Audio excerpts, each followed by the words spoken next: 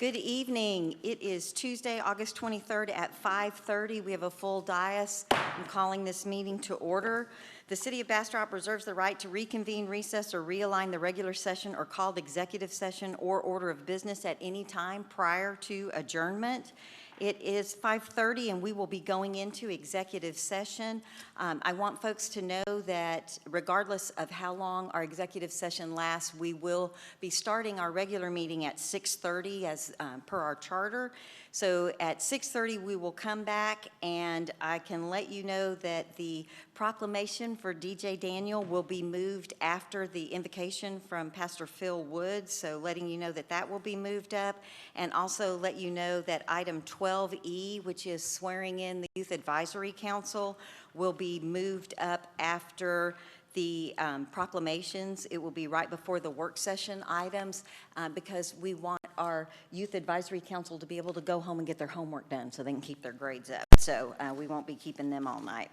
So it is 5:31. We will be going into executive session for item 2A. City Council shall convene into closed executive session pursuant to Texas Government Codes 551.071 and 551.072 regarding the legal and real estate concerns in the exchange of real property, including contractual issues related to conveying land and communications infrastructure. It is 5:31 and we are in executive session.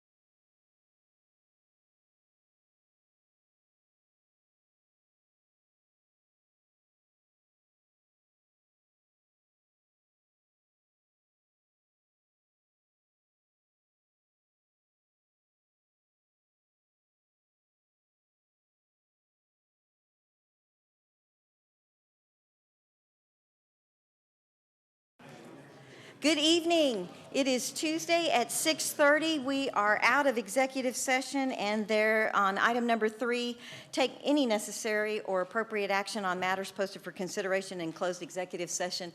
There is no action as a result of executive session, which brings us to item number 4.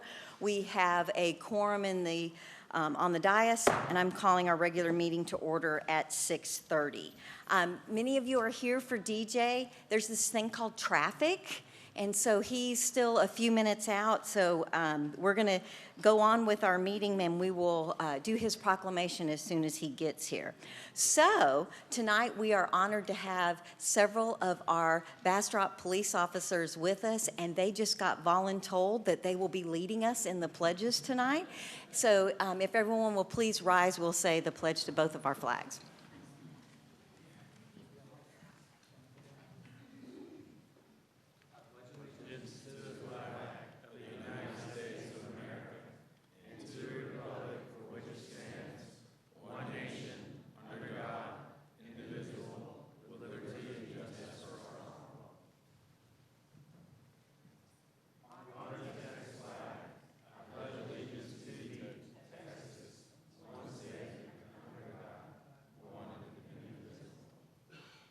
If you will please remain standing, our invocation tonight will be given by Phil Woods. There he is, Chaplain Woods.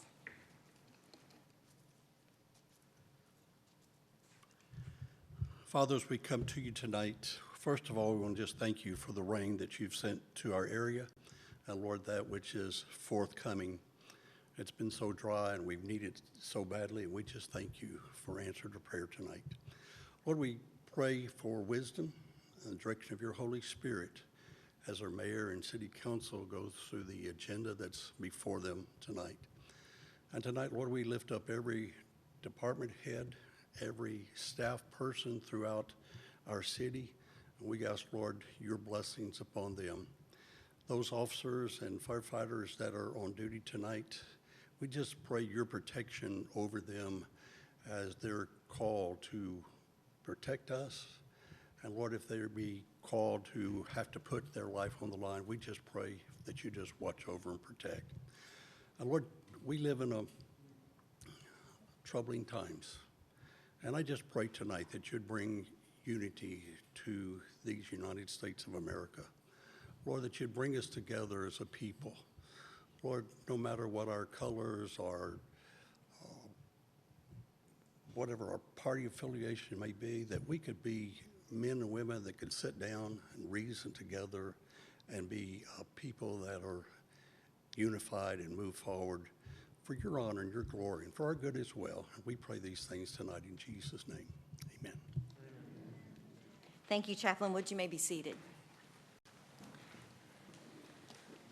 All right. Am I doing Yak next? Rebecca just left. Am I doing Yak or am I going to reports? Chief Nagy, do you know? Do I have are the youth advisory kids here? All right. We are moving to item 12E. Item 12E is consider action to approve resolution number R 20-2278 of the City Council of the City of Bastrop, Texas, confirming the Youth Advisory Council appointments of the mayor as required in section 3.08 of the charter, providing for a repealing clause and establishing an effective date. Someone has a list of the names for me, and here they are. So the students that have been suggested, if they would please come forward when I read their names. We have Michael Vitlick. No one's helping me. Michael, come on up and help me say your last name. Svetlik. I was not very close at all. If you come up here and turn around and face the audience, he is from Cedar Creek High School and a 12th grader. We have Benjamin Wu. Benjamin? Zoo, sorry. I'm not doing good. With Circa, 12th grader. Venus Gonzalez Vega. Cedar Creek High School, junior. Gabriela Lozana. Circa, 11th grade, another junior. Brindy Lyles. Circa, an 11th grader. Isaiah Molina. Circa, 11th grader. And Joel Briones. Close? Really bad? Yes, I got one right. Cedar Creek High School, a sophomore. These young people have been nominated and have agreed to serve on the Youth Advisory Council. If you would please give them a round of applause, I'm going to swear them in. All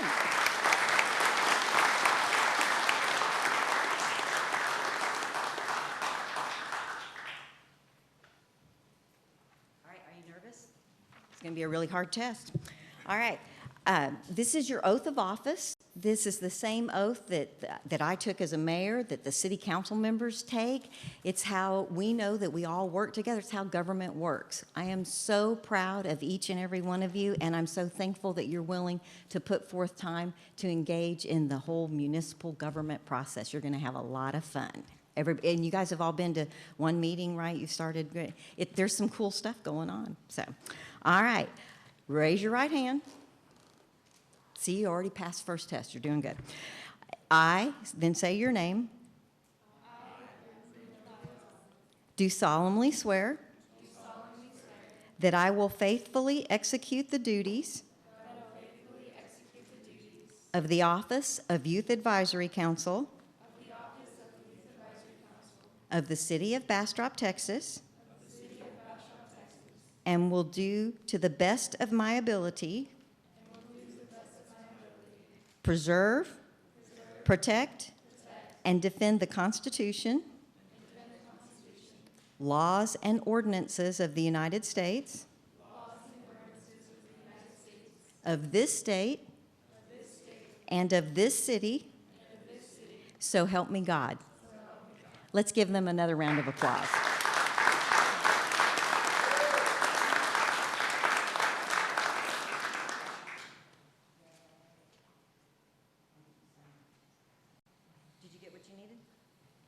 one with them just as a group. Okay. All right.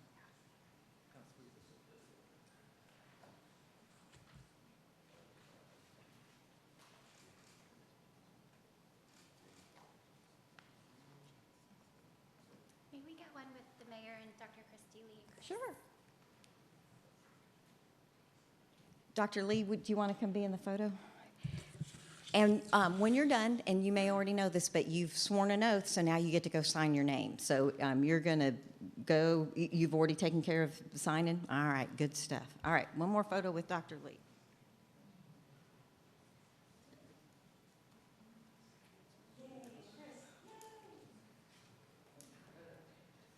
Look happy. Yay. All right, good stuff. Go forth, do homework, and make good grades. We will see you soon. Let's give them yet another round of applause.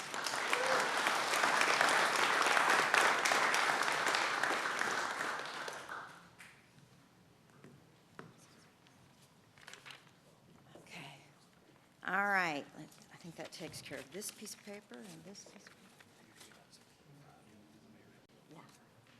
All right, we are going to be moving on to the mayor's report, which is item 7A.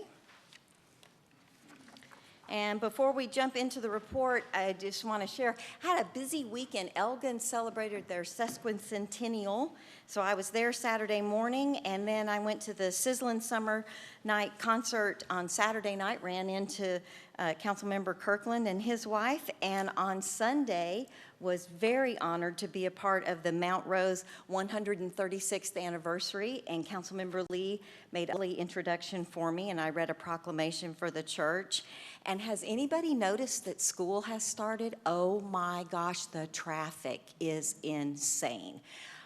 Two things about that. It's always bad during the first week. And in case you haven't heard, they're dying for bus drivers. So if anybody would like to be a bus driver, I know that they are hiring.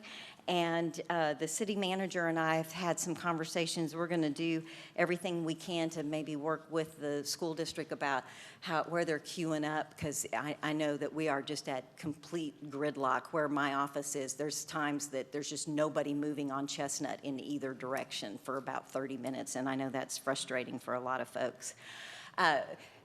Chaplain Woods talked about the rain. I wanted to share one piece of information that I got today that I thought was quite interesting.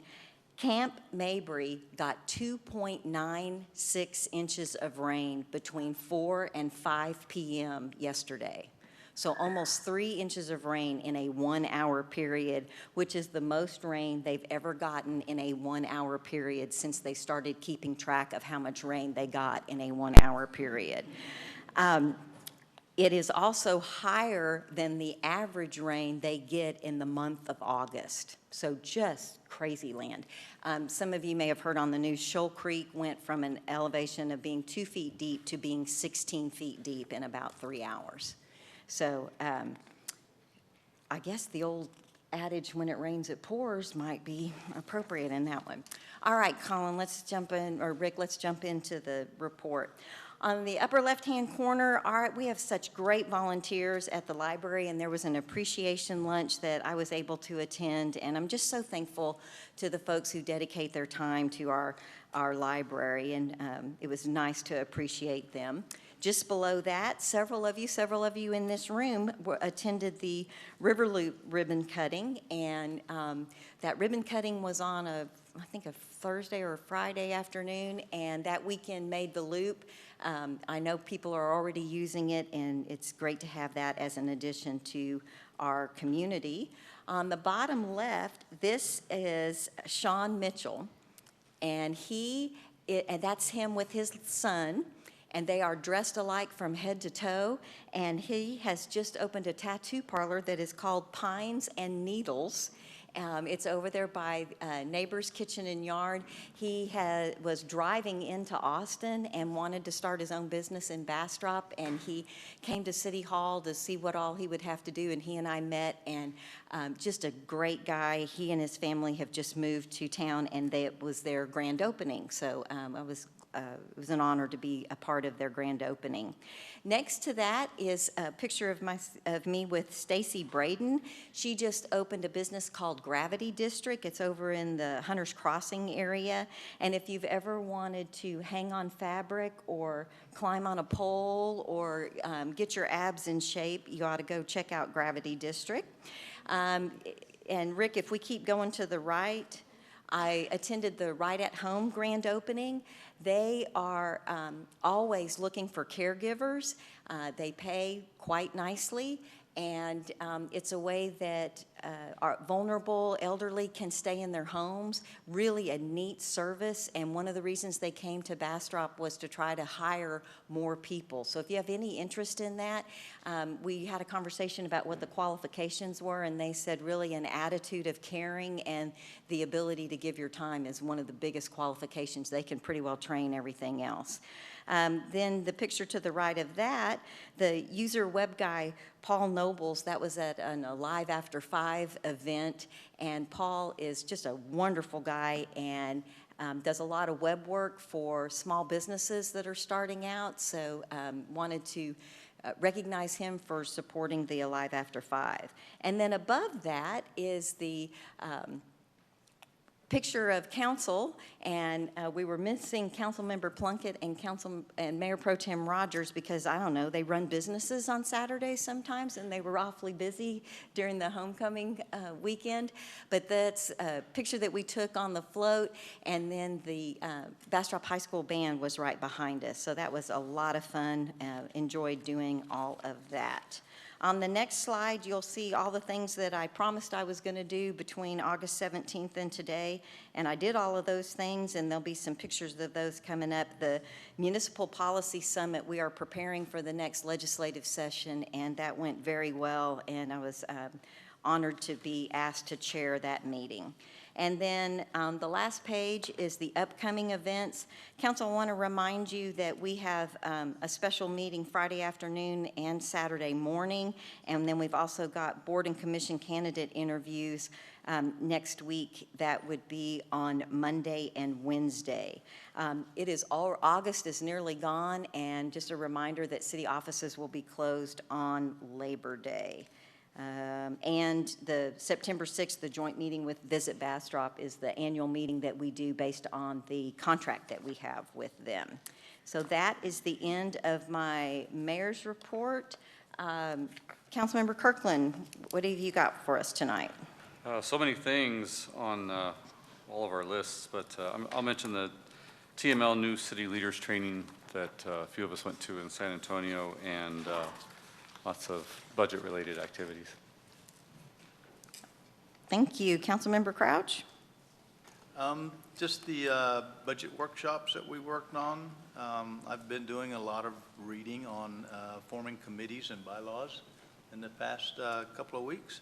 I wanted to mention I was biking through the Bastrop State Park and actually hiked over to the new dam, and I was impressed by the progress that they've made with that. It's looks like it's almost finished, and it's really impressive compared to the earth dam that used to be there. It's really going to be amazing. And I wanted to thank Trey for filling in for city manager in the absence in between the interim between when Mr. Hoffman left and our new interviews. And I know it's a big role to step up, and I just wanted to acknowledge Trey and say thank you for stepping up and doing that for us in the in-between. So thank you, Trey. And that's it. Thank you, Councilmember Crouch. Mayor Pro Tem Rogers? Yes, ma'am. Besides the budget meetings that everybody else has been to, I also was at the Hunters Crossing PID meeting, and that went pretty well. The fencing is going up well. So other than that, just been working. All right. Councilmember Plunkett? Yeah, ditto what Councilmember Rogers said. Councilmember Lee? Hello, everyone. I, too, went to the TML newly elected officials orientation in San Antonio. Met a lot of, I like meeting people in different cities and finding out what they're doing in their cities and finding we all have a lot in common. So I met a lot of people there. We've been doing the budget workshop, which wasn't nearly as frightening as I thought it was going to be. I participated in the Elgin Sesquicentennial celebration by invite by the mayor of Elgin. So I attended the gala, which was very, very well done, and I loved what they're doing to their park. So cool to have a park downtown. So learning about what they're doing there was great. Mount Rose 136th anniversary. I want to say I was born in Mount Rose. I am a baby of Mount Rose, so it was wonderful to be able to go back to their 136th anniversary celebration with the mayor. It was a good time. And then that's it. The last thing I wanted to mention was prayer over our children going back to school and our teachers. I love the start of school because I can hear the band from my house. And a lot of people don't know that I played the flute from the 8th grade through my senior year in high school. So every time the band starts up, I get a little excited with that drum beat. But praying over our schools and all of those within the school year. Thank you, Councilmember Lee. I played the flute too for a while. So, all right, City Manager's Report. Mr. Job, moving on to item 7C. Thank you, Mayor. Could you flip forward, Rick? I just want to start with some congratulations. We've had some recent additions to the City of Bastrop family here, and on the left, you'll see Ms. Tracy Waldron's new granddaughter, Anna Page, and I'm not going any specific order, but I'm going left to right, so we don't have favorites here, just so you know. And just below is J.C. Kate Fain, who is Tracy Moffitt's new granddaughter. She is our utility billing supervisor and does a great job. So 2 new grandbabies. And then if any of you know Viviana, who works in she's our planning coordinator there with the planning department, and that is her new son, Giovanni. They're going to call him Gio. So Gio Justice Andreas, born July 21st. And then we also have another planning employee, which is Jimmy Campbell, and this is her new son, Wesley Logan Campbell. So we just want to say congratulations to everybody, and I'm sure they're watching from home and super excited about seeing their new babies and grandbabies on TV. So. And we got permission before we did get showed, made permission. sure it was That's right. okay with everybody. So just a little something about what's happening now. Obviously, I'm going to repeat what the mayor said, but school started, just thinking about safety. Watch for the school buses, watch for the kiddos, leave a little early and plan for the traffic. It certainly has been a lot of traffic that's been stacking up. And then I was going to mention that I'm actually going to reach out to the BISD administration and see if we can help work through some kind of traffic management plan for all the campuses. You can go to the next slide. Just some upcoming meetings and some important dates. September 6th, just to remind everyone, is actually going to be the joint meeting with Visit Bastrop and the City Council. September 13th is our regular council meeting. But September 20th is also going to be a regular council's meeting, and you'll notice that's not 2 weeks away. That's because we have to adopt the budget and the tax rate, and state law requires us to have that within 10 days. So everyone that was planning on coming to the council meeting at the end of September, it is now September 20th. It would have been September 27th, but instead that's going to be Bastrop Night Out. That's our own take on National Night Out. Everybody's going to be at TML for National Night Out, so we're going to host our own, and we'll get those details out as we have them. And that's it. Mr. Job, you want to mention the parks? So we will not be doing the parade this year. For the last few years, because of COVID, there hasn't been a lot of socializing in person, and we've either done a parade with the fire trucks and the police department, but now there'll be block parties at all of the local parks, our neighborhood parks. Great. And cul-de-sacs, that's right. Is that it for you? That's it. All right. Thank you. All right, council, any questions for Mr. Job? Any questions about the report? Councilmember Crouch? Your light's on, so I didn't know. Sorry. Okay. All right. Well, I've got some other folks we need to get back to work. We're going to move on to item 7D, proclamation of the City Council of the City of Bastrop, Texas, recognizing the months of September 2022 as National Preparedness Month for the City of Bastrop. We've got some of our first responders, our fire department with us. If you guys want to come forward and turn around so we can all look at you awkwardly while I read the proclamation. They love it so very much. Where's Chief? Did he run and hide, or did he got a call? All right. Okay, so whereas September is National Preparedness Month, which serves as a reminder that we must all take action to prepare now and throughout the year for the types of emergencies that could affect us where we live, work, and also where we visit. Whereas National Preparedness Month creates an opportunity for the residents and businesses in the city of Bastrop to prepare their homes, establishments, and communities for any type of emergency, including natural disasters and potential terror attacks. Whereas the city of Bastrop, along with other regional, state, and national partners, support the warncentraltexas.org campaign to increase public readiness in preparing for emergencies and educating citizens on how to take action.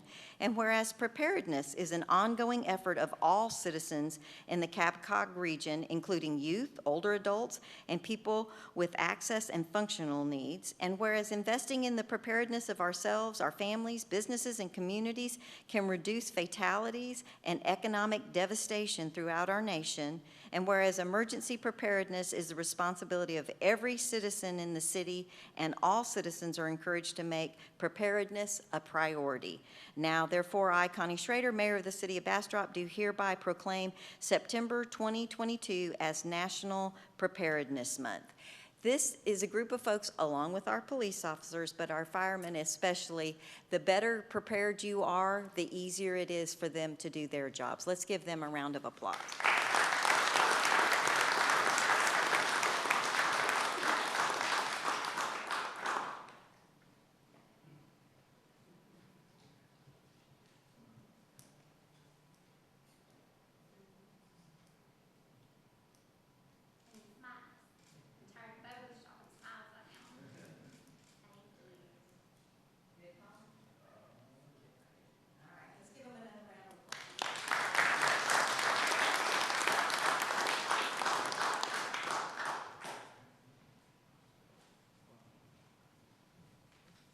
Do we have an update on DJ? We need to take just a quick recess. He's pulling up. He's coming from a doctor's appointment in Austin. But the good news is we can let everybody back in because we'll have some more space to fill in. Okay, I'm going to just do it at the end, no one cares. It is 6:55, and we're going to take a quick recess and let DJ get in. Not all of you heard her, but he has just left a doctor's appointment, so they're getting things together, and he'll be coming in. So we're going to be in a quick recess.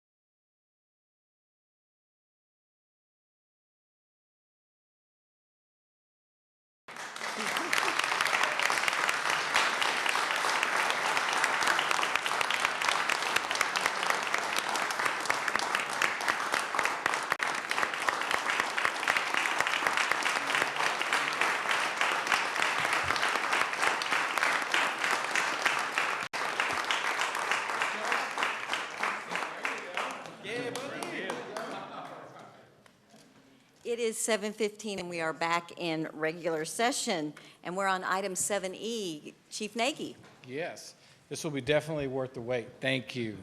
Stand over here, young man, so everybody can see you. All right.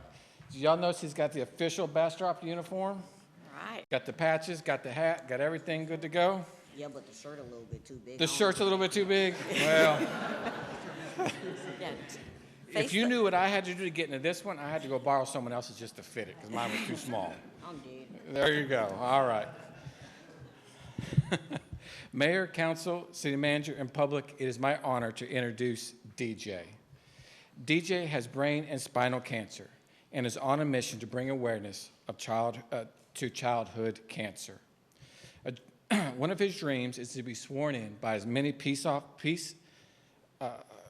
enforcement agencies as possible to carry the legacy of his friend Abigail Ayers, who passed from childhood cancer after she was sworn in as an honorary peace officer.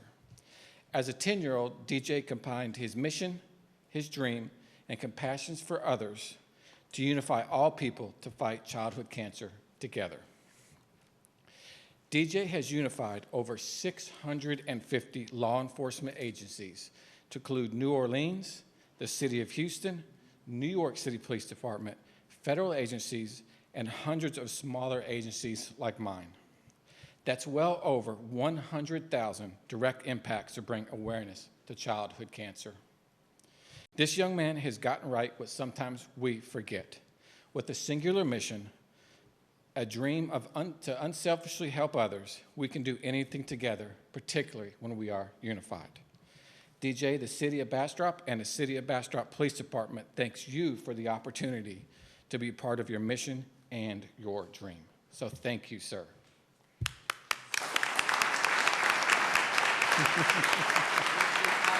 What's that?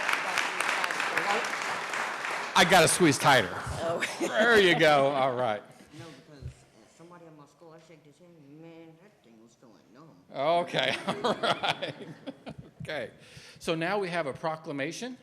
This proclamation is naming today in City of Bastrop, the 23rd, as DJ Day, and then also September as Child Awareness for Child Cancer. All right. Mayor, are you doing a proclamation? Absolutely. All right. Whereas DJ Daniel, who is 10 years old, has childhood cancer and has the dream of becoming a police officer. And whereas DJ is a jokester, a hugger, and an all-round lovable child, and whereas DJ is bringing awareness of childhood cancer in his own unique way while achieving his dream, to date, DJ has been sworn in by over 650 law enforcement agencies from around the United States, whereas childhood cancer is on the rise with an estimated 17,293 children diagnosed every year in the United States alone. Whereas 1 in 285 American children will be diagnosed with cancer before the age of 20. And whereas September is National Childhood Cancer Awareness Month, now therefore I, Connie Schrader, Mayor of the City of Bastrop, do hereby proclaim Tuesday, August 23rd, 2022 as DJ Daniel Day. And therefore I proclaim September 2022 as Childhood Awareness Month in Bastrop, Texas. In witness whereof I have hereunto set my hand and caused the official seal of the City of Bastrop, Texas to be affixed this 23rd day of August 2022. Let's give this young man a round of applause.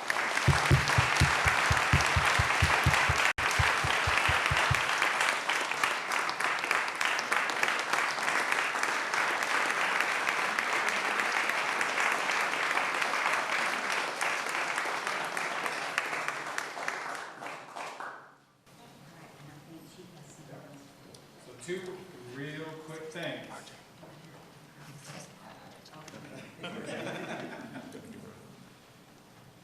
All right, over here, DJ.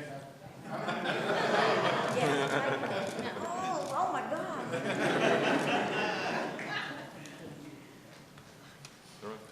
All right, so we got two more things. First this, and then we'll do your swearing, all right? This is a plaque from the City of Bastrop Police Department.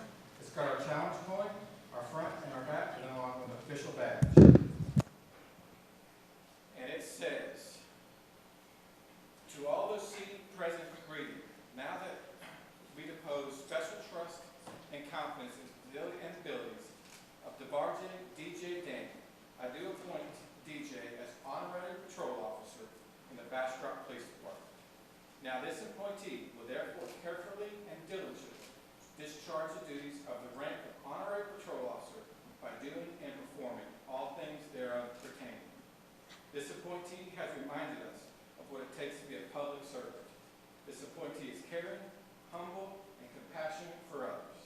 This appointee's positive attitude is contagious and should remind all people the duties of what we make it. The entire Bastrop Police Department is inspired by you, and we thank you for this honor. Given under my hand of the Office of Chief of Police this 23rd day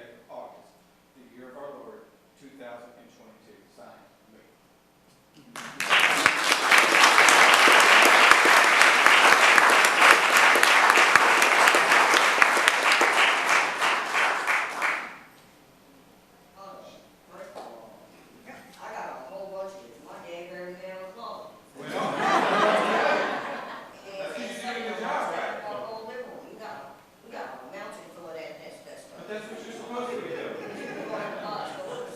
All right. You just put this in front of the storage. How about that? I would. Okay. What do you call a winter dog mixed with a, what do you call a winter dog mixed with a chihuahua? So what do I call a wiener dog mixed with a chihuahua? I don't know. That's a weenie. A chihuahua. Yep. All right. Let's do one more picture. We're doing swearing. Okay. You ready?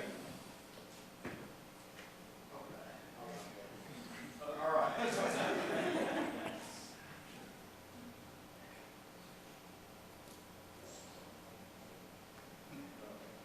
There we go. All right.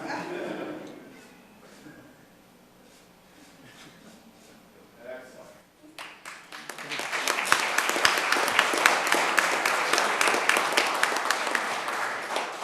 All right, the last thing, your official swearing. You notice by heart yet? Do you know this, what I'm going to tell you by heart quite yet? No? All right. Okay.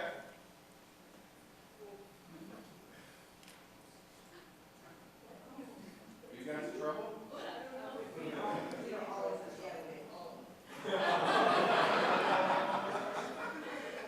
All right. I can't do anything about that. I'll put a good word for you when we're out of official meeting.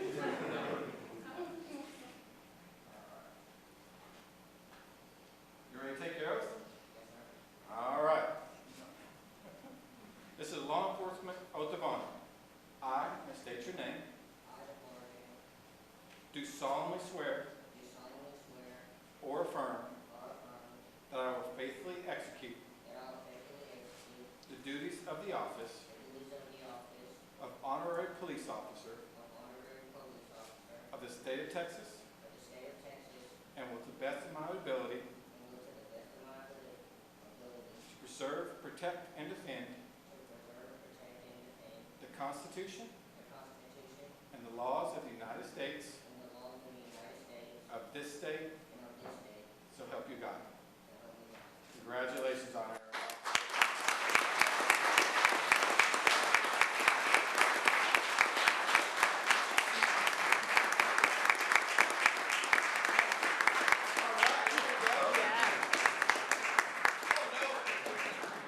He's a big squirrel. All right, who's going to do your pinning? You know what? That's Mayday.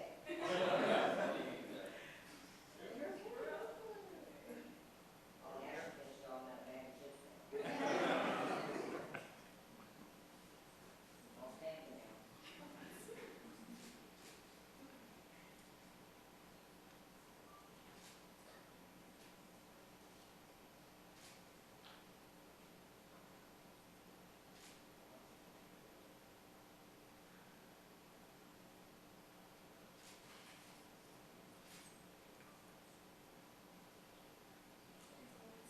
No damage, no.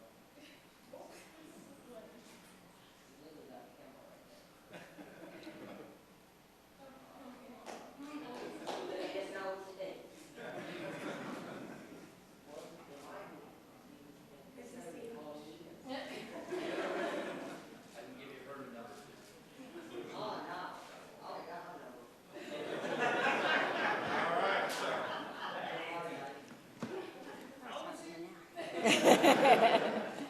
Somebody said, oh, I'm sitting past 1:30.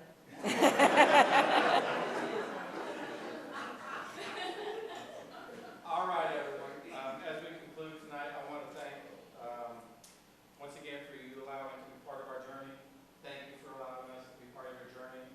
I want to thank from Bear County Constable Brown for helping us out. Also, Sergeant Sanford, this was really his initiative. And then we had a whole other police departments, and Ms. Gleason helped out with some coordination to make this thing it is what it is. I think this is awesome. This is important, and I love this part of the job.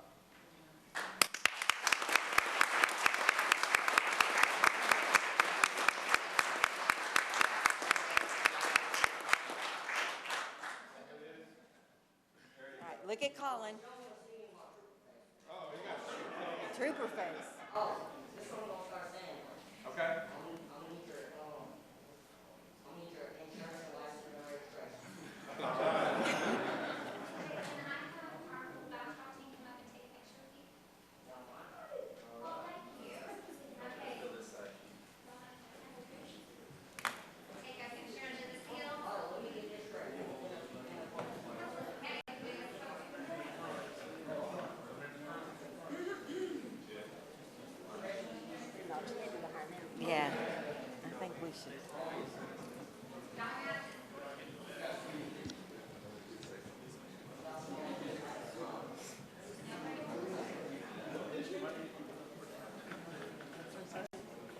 This is.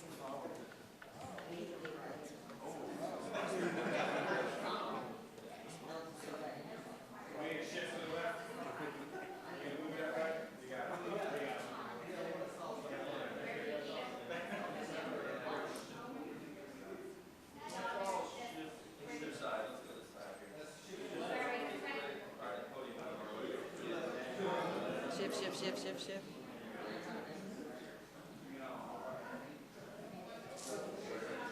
All right, Colin, we got 4 more pages of agenda to get through. Squeeze in, guys, you had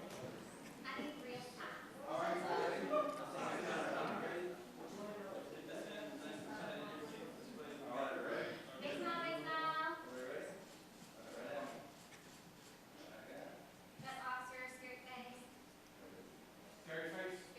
Officer face.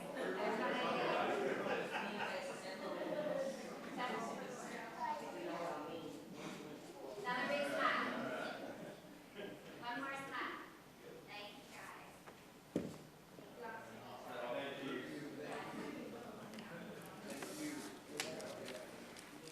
Thank y'all for your application.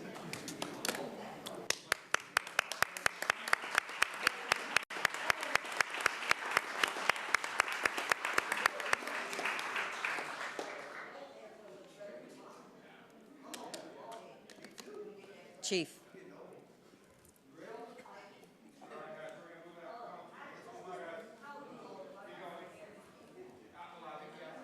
Thank you. you guys.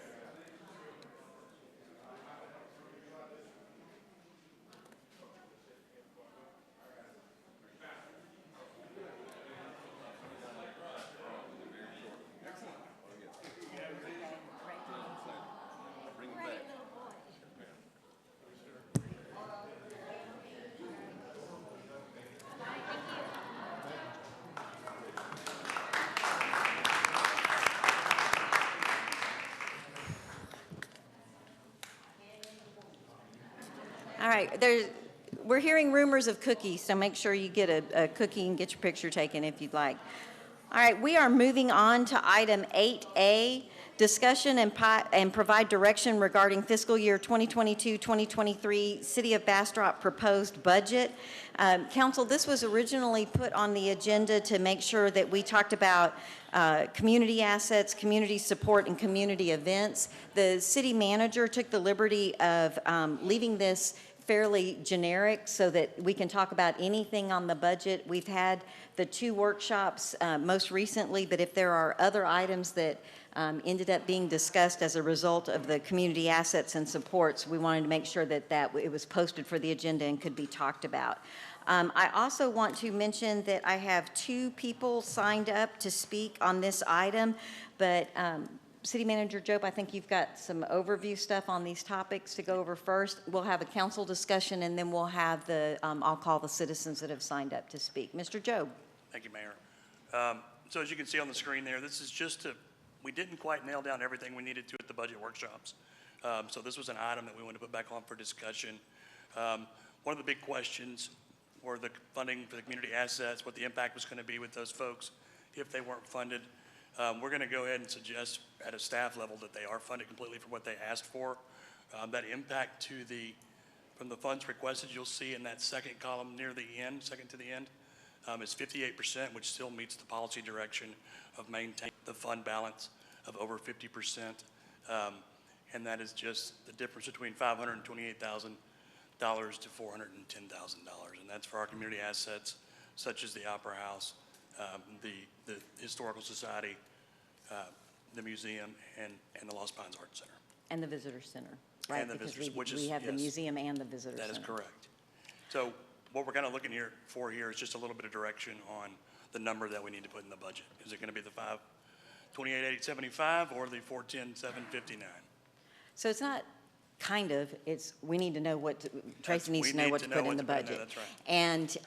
And Council, you'll recall that when this was originally discussed in the workshop, staff had made a recommendation. We were missing the fiscal year 19 information that was brought to us at the second workshop.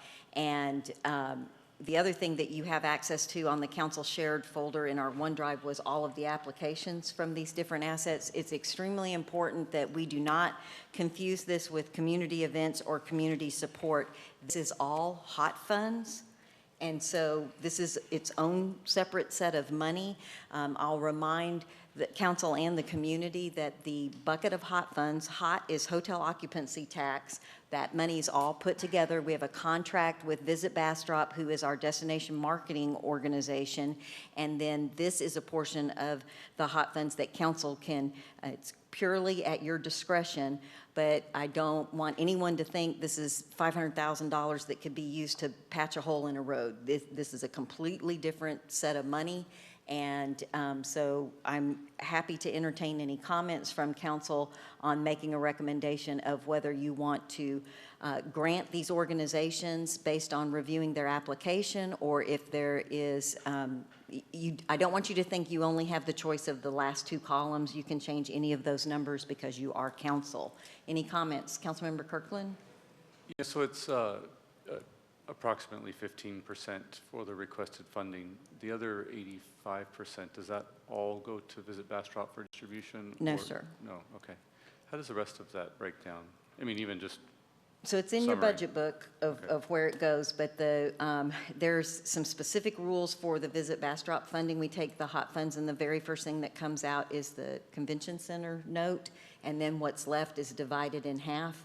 So the convention center note is another big chunk of hot funds. Then we also, in addition to the contract that we have with Visit Bastrop, we gave them, and we can talk about this number if we want to make it higher, but I believe Tracy Waldron will correct me if I'm wrong, but it's $75,000 additional that we give to the DMO, and they review events. I know the Leathernecks, different events where somebody's wanting $2,000 or $3,000. They have the applications. They make sure that whoever is applying meets all of the hurdles required for hot funding. And we had them reviewing those because council was doing it one time a year, and by giving the money to the Visit Bastrop, that allowed that money to be available for events, not because some of them didn't know what they were going to do at one time a year. They have the management of those funds and always have the ability to come back if they run out and they're still getting really good ideas. There's some other places that the hot funds go, but the majority of it is the this request, the note for the convention center, and the Visit Bastrop contract. and if we didn't increase from the 11.5 to 14.9%, those funds would go into the reserve? Yes. Okay. I saw Mr. City Manager nod Yeah. his head too. Yeah, exactly. Right, okay. And that's why they're showing us. Yeah. And the reserves, Higher at and one lower, point, yeah. the reserves were a really, really high number. And we did that because we didn't want to suddenly go to zero for one of these organizations. And we can't imagine anything impacting hotel occupancy tax more than COVID, from where people quit traveling altogether. And we found that the reserve we had like 100%, 1 year's worth of reserve was just too high of a number. Part of why that tax is collected by the hotels, and the reason that the state authorized it, is to spend it on things to get more people to stay in a hotel. So there's that balance of having a reasonable reserve, but making sure that we're using the money for the purpose that it was collected. And just so you're aware, the majority of the funding that requested, the difference between the two is actually some programming and staff. So that's what they'd be cutting if they didn't receive all the funding, is some staff for a few, and then some part-time staff, and then the other would be some programs. So is anybody wanting to reduce any of the requested funding? Is anyone opposed to the is it 528, 875? Am I reading that right? My contacts are being weird. May I comment? Absolutely, Mayor Pro Tem Rogers? Yes, ma'am. In my opinion, we should fund the full requested amount. Like I stated during our budget meetings, that I think that these organizations are what help build that hot fund amount coming to the city. So to cut them, then that may cut the overall HUT funds coming to the city. So we need to fund the things that are building that. That's my opinion, and that's the way I feel we should go. So for clarity for Ms. Waldron and for Mr. Job as well, it might be helpful if we had a motion and we actually vote on this part. We can always change it for the budget, but just so that we have clarity. Would you like that before you hear citizens' comments or after citizens' comments? We can do that. I think the citizen comments are not on the community assets based on they're on the community support and events. Then And I would since like this is to a separate change set my of money. comment to a motion to grant their requested funding on all four of these organizations. I have a motion from Mayor Pro Tem Rogers that we approve the full funding request by the assets that utilize the hotel occupancy tax fund. Second. I have a second from Councilmember Kirkland. Is there any further discussion? Madam Secretary, if you'll call the roll. Mayor Pro Tem Rogers, Yes? Councilmember Kirkland, Yes. Councilmember Lee, Yes. Councilmember Plunkett, Yes. Councilmember Crouch. Yes. Thank you, council. I know that makes Ms. Waldron happy because she knows what to put in the budget. All right, the next two pots of money, and again, we can talk about anything in the budget that you want to, but the next, it's two different things that come out of the same pot of money, which is our general fund, which is money that could fix a pothole. We have money designated for community support, and we have money designated for community events. Do you have a slide on that? We do. So this is the community funding. We had quite a lot of conversation at the budget workshops about transparency on some of these items. That was important. We talked about fireworks, whether it was the city that funded $35,000 all towards fireworks. Did we want to split that up? Is there $20,000 for fireworks and $15,000 for the event, for the Patriotic Festival? Are we interested in doing the fireworks ourselves? There's really no difference in cost, and then still having the event around the fireworks show. But what we need to know tonight is, are we comfortable with the $35,000? And it's at your pleasure. So council, let's do the other items to make sure we have some clarity. I believe that we had uniformity. Nobody had any issue with the Christmas lighting at $177,000. Is that correct? Is anybody opposed to the Christmas lighting being $177,000? All right. Juneteenth is a two-day event, so it was going from $5,000 to $10,000. Is everyone okay with Juneteenth at $10,000? Trying to see everybody's face. The homecoming event is a four-day event, so it was staying flat at $20,000 based on $5,000 per day. Everybody's cool with that? Councilmember Crouch, I'm assuming you'll turn around and say no if it's, okay. And MLK, just for clarity, because we may have some folks that weren't at both of our budget workshops. The only reason that the MLK program has gone to zero is because that rotates between Elgin, Smithville, and Bastrop. We hosted it last year, so we won't be hosting it next year, so there's no point in funding money for that. So that gets us to the Patriotic Festival. Last year it was $30,000. We know from the documents that Ms. Womble passed out at our second workshop that of the $30,000, $13,000 went to fireworks. I would really like the city of Bastrop to do the fireworks contract. That contractor works with our fire chief more than anybody else. The event itself is a big burden, so if we take that contract, that's one less thing that the chamber would have to take care of, and that would also ensure the main reason that this money was ever budgeted this way was to make sure that no matter what happened in the community, that the community would have fireworks. So I would like to see a line that says fireworks, because that seems fairly transparent, and that is a budgeted line item, and the city of Bastrop would have that contract, and then there can still be a line that says Patriotic Festival. We can have a discussion about what we want to budget for fireworks and how much, if any, or more you want to put towards the Patriotic Festival.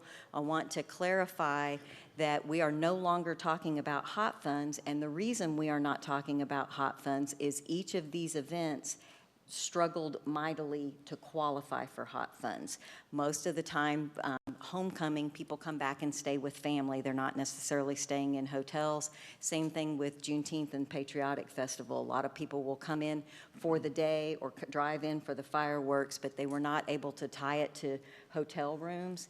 And these were events that past councils thought were important to the community, and we didn't want to penalize them because they couldn't qualify for hot funds, so we were dedicating a portion of our general funds, just like that pays Public Works and takes care of our parks and fixes potholes and fixes roadways, that it was important enough to the community that we would make a dedication of funds for that. So the first place to start is anyone opposed to the city having the contract for the fireworks? Okay, so now, how much you want to spend on fireworks next year? For reference, the fireworks that we had this year, per Ms. Womble's documentation that she shared with us at the budget workshop, it was $13,000, and I believe it was, her email said it was 14 minutes and 11 seconds or something. I don't remember exactly what that was. She also shared with us that Smithville spent $25,000 on their fireworks. Councilmember Lee and I both had phone calls that the Smithville fireworks were quite nice this year, and their fireworks were on July 4th. Our fireworks are not on July 4th, and that was a way of trying to make sure we were leveraging our dollars and possibly getting additional fireworks for the same amount of money. Mayor Pro Tem Rogers. Yes, ma'am. I would like to see us to go to just a 30,000, but also instead of the line just saying fireworks, I would like it to say July fireworks. That way, future, we can't have any fireworks for any other day, but somewhere in July, just to make sure that every stone is not kicked down the road or anything. But I would like to see it at the 30,000. And do you want all 30 to go for fireworks? Yes, ma'am. Okay, so I have one suggestion of 30,000, and if 30,000 is going to fireworks, that means there would be none going to the event, or we would have to raise the amount. In my opinion, we would only do the fireworks, and that fireworks only. Okay. And that would lower the budget by the 5,000, make it down to 3 or 235. Something like that. We'll let Tracy work figure with it the out. numbers. Any other comments on firework funding? Councilmember Plunkett? My main concern with going to 30,000 on the fireworks is, I mean, how long do you want to stand there and watch the same fireworks go off? You know, you could, yeah, I just want to make sure we're not reaching a point of diminishing returns when it comes to just spending money on fireworks. If we, you know, you can get to the point where, okay, you know, That's how long enough is it in fireworks, now? yeah. Well, and that's a great point, and one of the things that we could do if we budget, because this is a budget, staff could work with the fireworks company and come back and say to us, okay, for 25,000, it's 20 minutes, for 30,000, it's an hour and a half, and everyone will, you know, whatever it is. But Good point. this, we wouldn't be finalizing. What we're doing is telling staff an amount of money that they could negotiate. Comments? Any other comments? I just think that was a great comment, Kevin. Thank you. There is a point of diminishing returns for sure. All right, I would like to do this as a motion as well, so we have clarity. So I believe that what we are saying is that it will be July, fireworks to be in the month of July, or however you want to make a motion? If that's what you're asking for. Sure. Then I motion that we spend no more than $30,000 and keeping it at a limited time, for Kevin's point, for $30,000 for fireworks in the month of July. Do I have a second? I second. I have a motion from Mayor Pro Tem Rogers, a second from Councilmember Lee, that the budget will be $30,000. It will be for fireworks that will be contracted by the city of Bastrop. Any questions or comments? Madam Secretary, if you'll call the roll. Mayor Pro Tem Rogers, Yes. Councilmember Lee, Yes. Councilmember Plunkett, Yes. Councilmember Crouch, Yes. Councilmember Kirkland. Yes. Thank you, council. The motion passes unanimously. I'm sorry, Mayor. Mr. Job, it would be helpful if we maybe coordinate with Smithville and find out how long theirs was. To Councilmember Plunkett's point, that might be a good test point. Mayor Pro Tem Rogers? I was just curious whether the city's insurance would go up because it's our contract of fireworks, since it's now under ours. I don't think so. I wouldn't think so, no, ma'am. Okay, I just wanted to they make sure carry that their wasn't going to cost us $30,000 more in insurance or something. Okay, thank you. Okay. All right, so that takes care of community assets, that takes care of community events, that leaves us with community support. Mr. Job? Yes, Mayor and Council, just to give you a quick reminder, the original amount that was in the budget was the 132 for community support funding. Council at the budget workshop set the amount for $120,000. In that same community support funding is $32,550 that will actually go to PHI Medical, which is a helicopter service that provides a ride to the hospital if needed for any citizen of Bastrop. The reason we have the increase there is because we have more houses now. And at the last meeting, we started to have a conversation about reallocating some of those funds. So I wanted to make sure we cleared that up this evening. And if we're going to move something around, the amount 120 works for us. We just need to know how you'd like to allocate that. And Rick, if you go to the next slide, oh, that's tiny. That no one can read. So that's not good. Can you blow that up?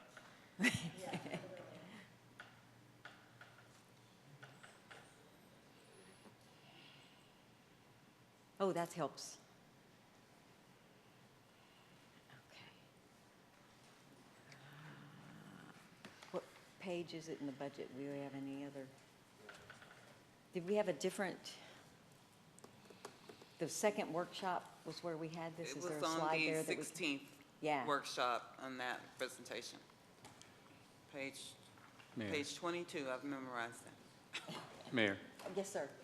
these are different numbers than what was presented in the last meeting, I think you can't see the Just need to far scroll over. right. right?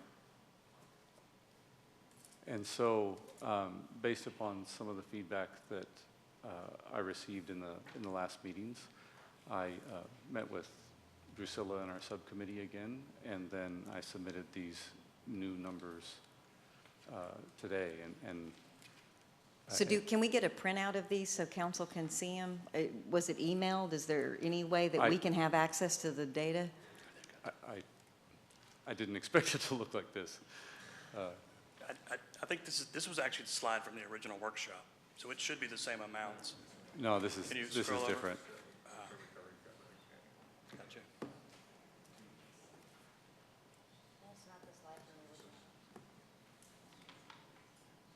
Okay, do we need to Yeah, take a we'll get a 5-minute break so we can get a document and we all know what we're looking at? Sure. All right, it is 7:50. We're going to take a 5-minute break.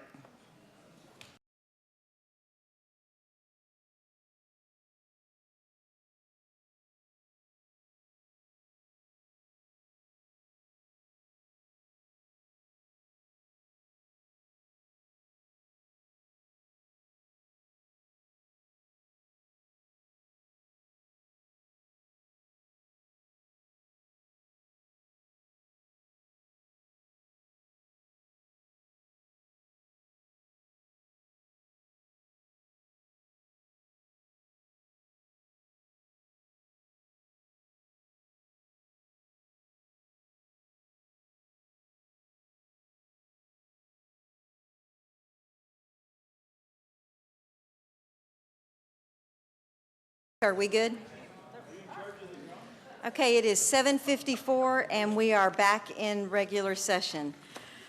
So Mayor Pro Tem Rogers and Councilmember Kirkland, it looks like council has before them 120,000, but with different amounts. Since we are not able to share that where the audience can see, I'd like to read through.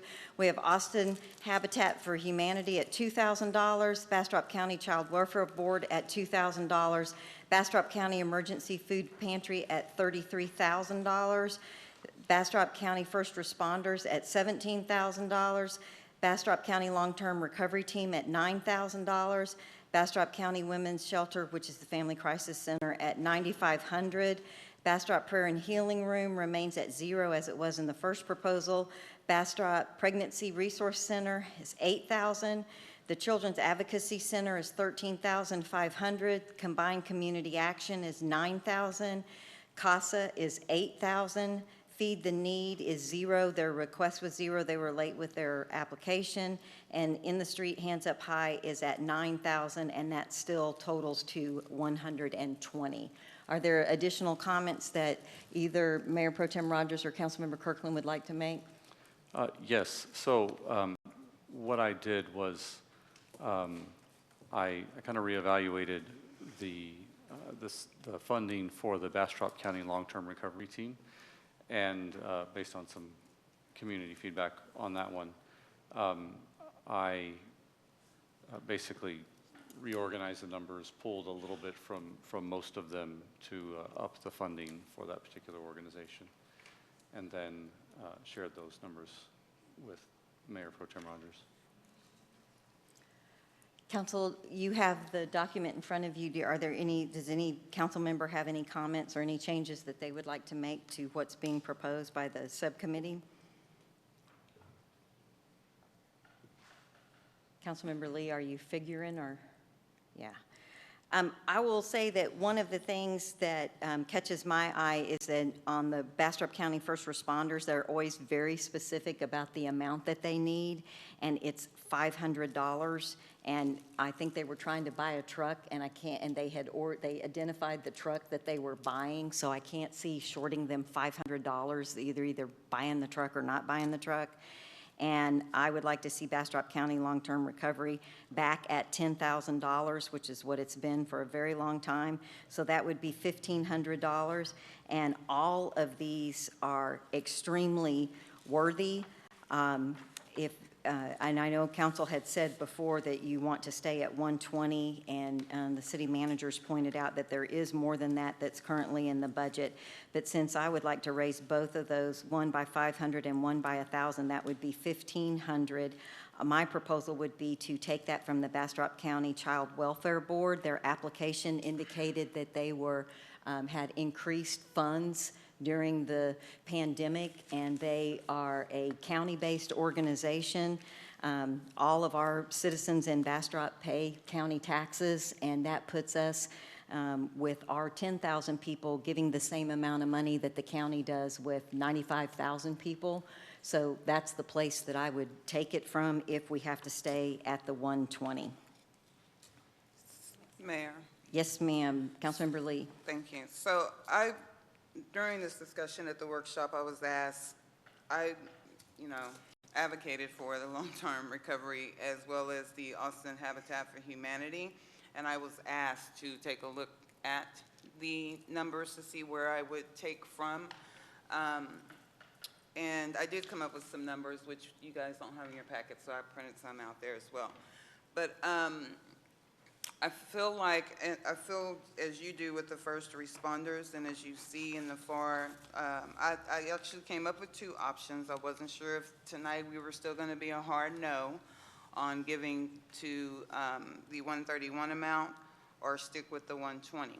So what I did was I took a look at all of the applications again, all of the applications, because two of the points that were made by Councilmember Kirkland were that long-term recovery did not receive more thought because they're only county.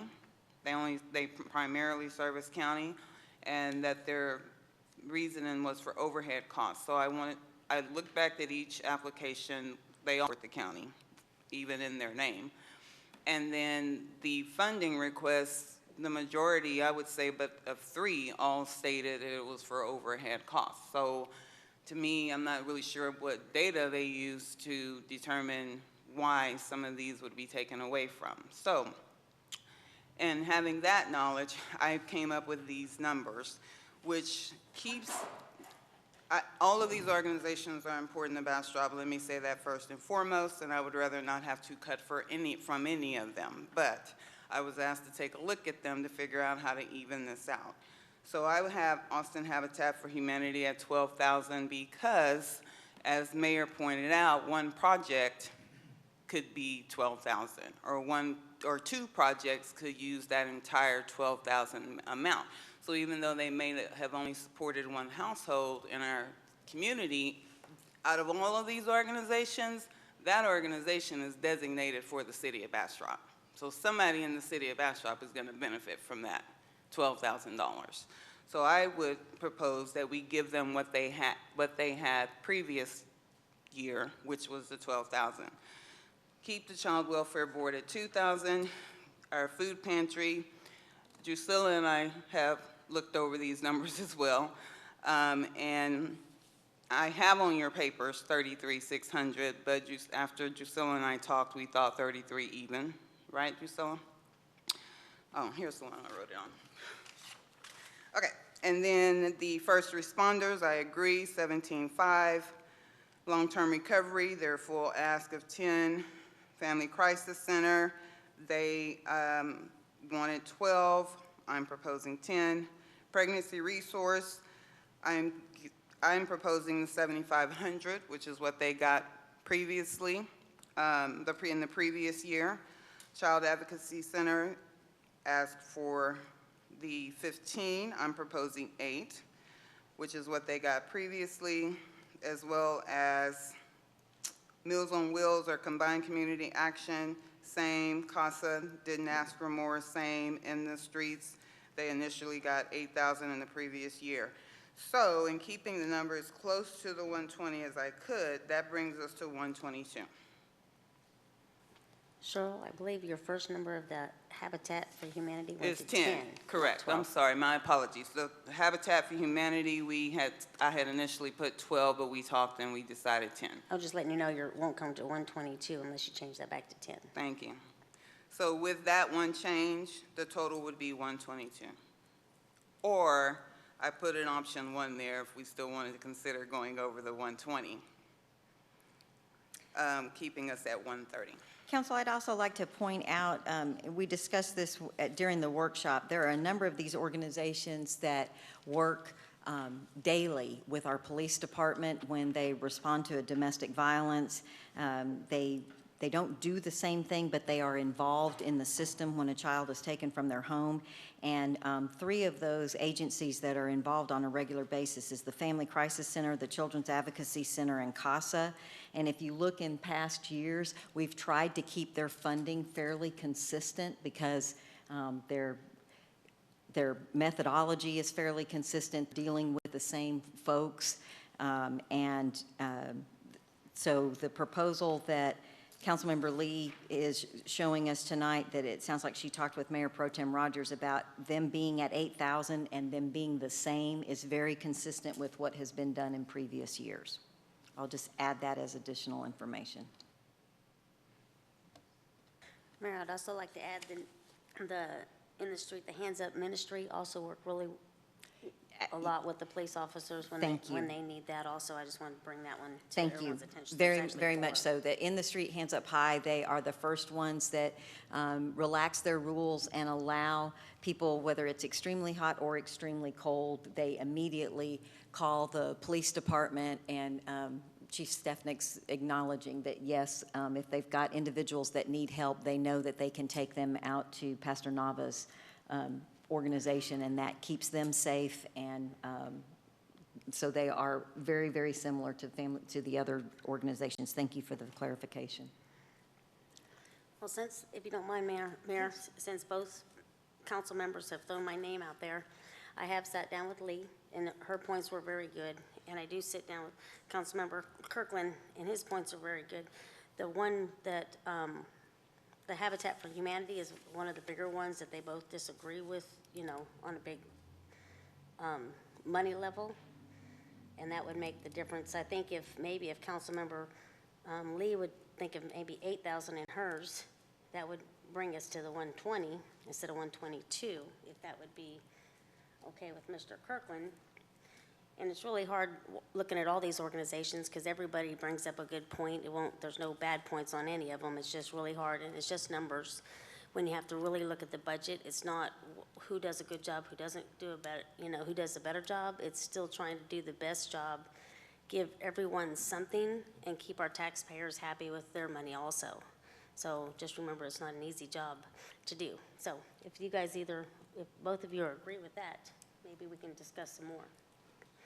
Can we hear from the applicant before I say Yeah, absolutely. Staff, I have 2 folks signed up to speak. Does anybody else have something else they would like to say, or can we hear from the citizens?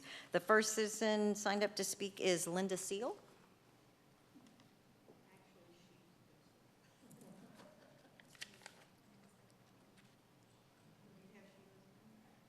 I have Linda Seal and Kate Resnick.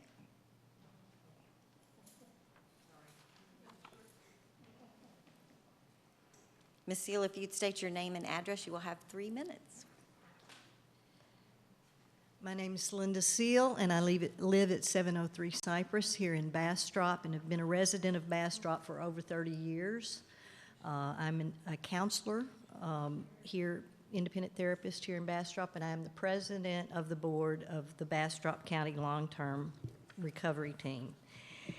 As the president of the recovery team, I thank you, council and mayor, Mayor Pro Tem, and city manager, for your reconsideration.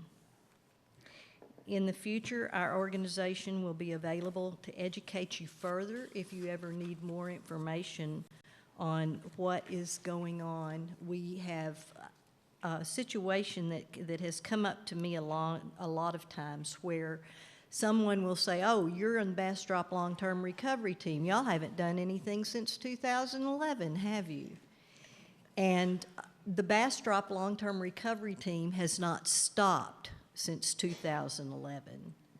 Not a day goes by, not a time goes by that they have not responded either in the city or in the county to the smallest and the largest thing that has gone on. For instance, during the fire, we fed all the firemen a couple of weeks ago when they were on the line all night long. So we are constantly doing things and are connected very well with all of the other agencies, and they have a very good protocol for what goes on. So it's been my privilege to correct that mistake for them and have them recognize how we serve the community. We cannot exist without the support from numerous entities, and we appreciate your flexibility and willingness to reconsider us. Thank you. Thank you, ma'am. The next person I've signed up to speak is Kate Resnick.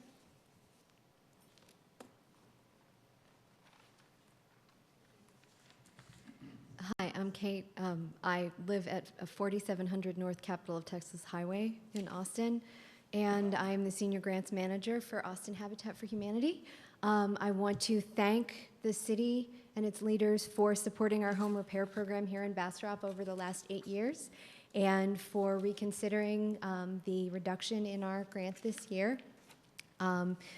Everything that was said in the budget discussion was entirely correct. We are a larger organization. We're in 5 counties, and we are building 23 homes from the ground up this year, 40 next year. We counsel and educate 1,000 people a year. We're in 5 counties. We're 3 restores, so we are big. Our home repair budget is not that big. It's about $600,000 total for 25 or so repairs. $500,000 or more of that is earmarked for other areas. So this grant really is significant to us.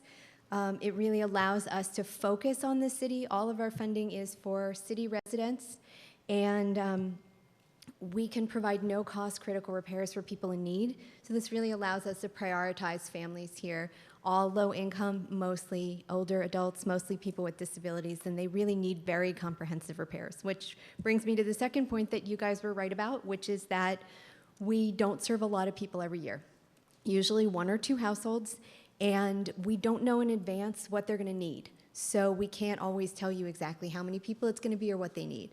Our 2021 grantee served was a 90-plus-year-old woman and her daughter, also an older adult. We did full accessibility rehab on the bathroom. We put in all new flooring. As the mayor said in the budget session, we are keeping people out of nursing homes. We are allowing people to continue to live independently here in Bastrop, access the community and all that it has to offer. But yes, our reach is not wide. It is deep, but it is not wide. And we understand our model is very different from an organization that might be serving 100 or 1,000 people every year. But we do very comprehensive work. We spend all of our funding here. We do not request overhead. Every dollar went into paying the skilled people that work on these homes. We need licensed and bonded contractors to do most of this work. And they work with us. They're great partners, but they are also small business people, and costs keep going up. So we know that we are going to be squeezed, but we want to be able to keep working here in Bastrop. We really appreciate Councilmember Lee stepping forward and talking about the great work that we do. But we do know that the budget is limited, and we will continue to serve families here. We just won't be able to prioritize them as much depending on our reduction. So thank you so much for the opportunity to speak here tonight, and we really appreciate all the support that we've had over the years. Thank you very much, Ms. Resnick. Carrie Fossler?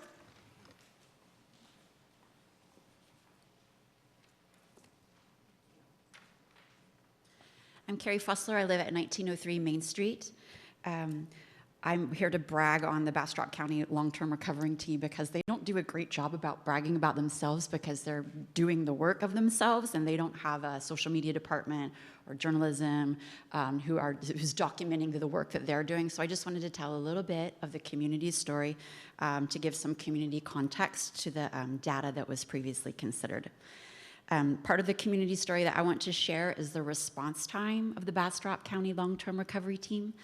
This is the key to how they've earned our community trust and respect.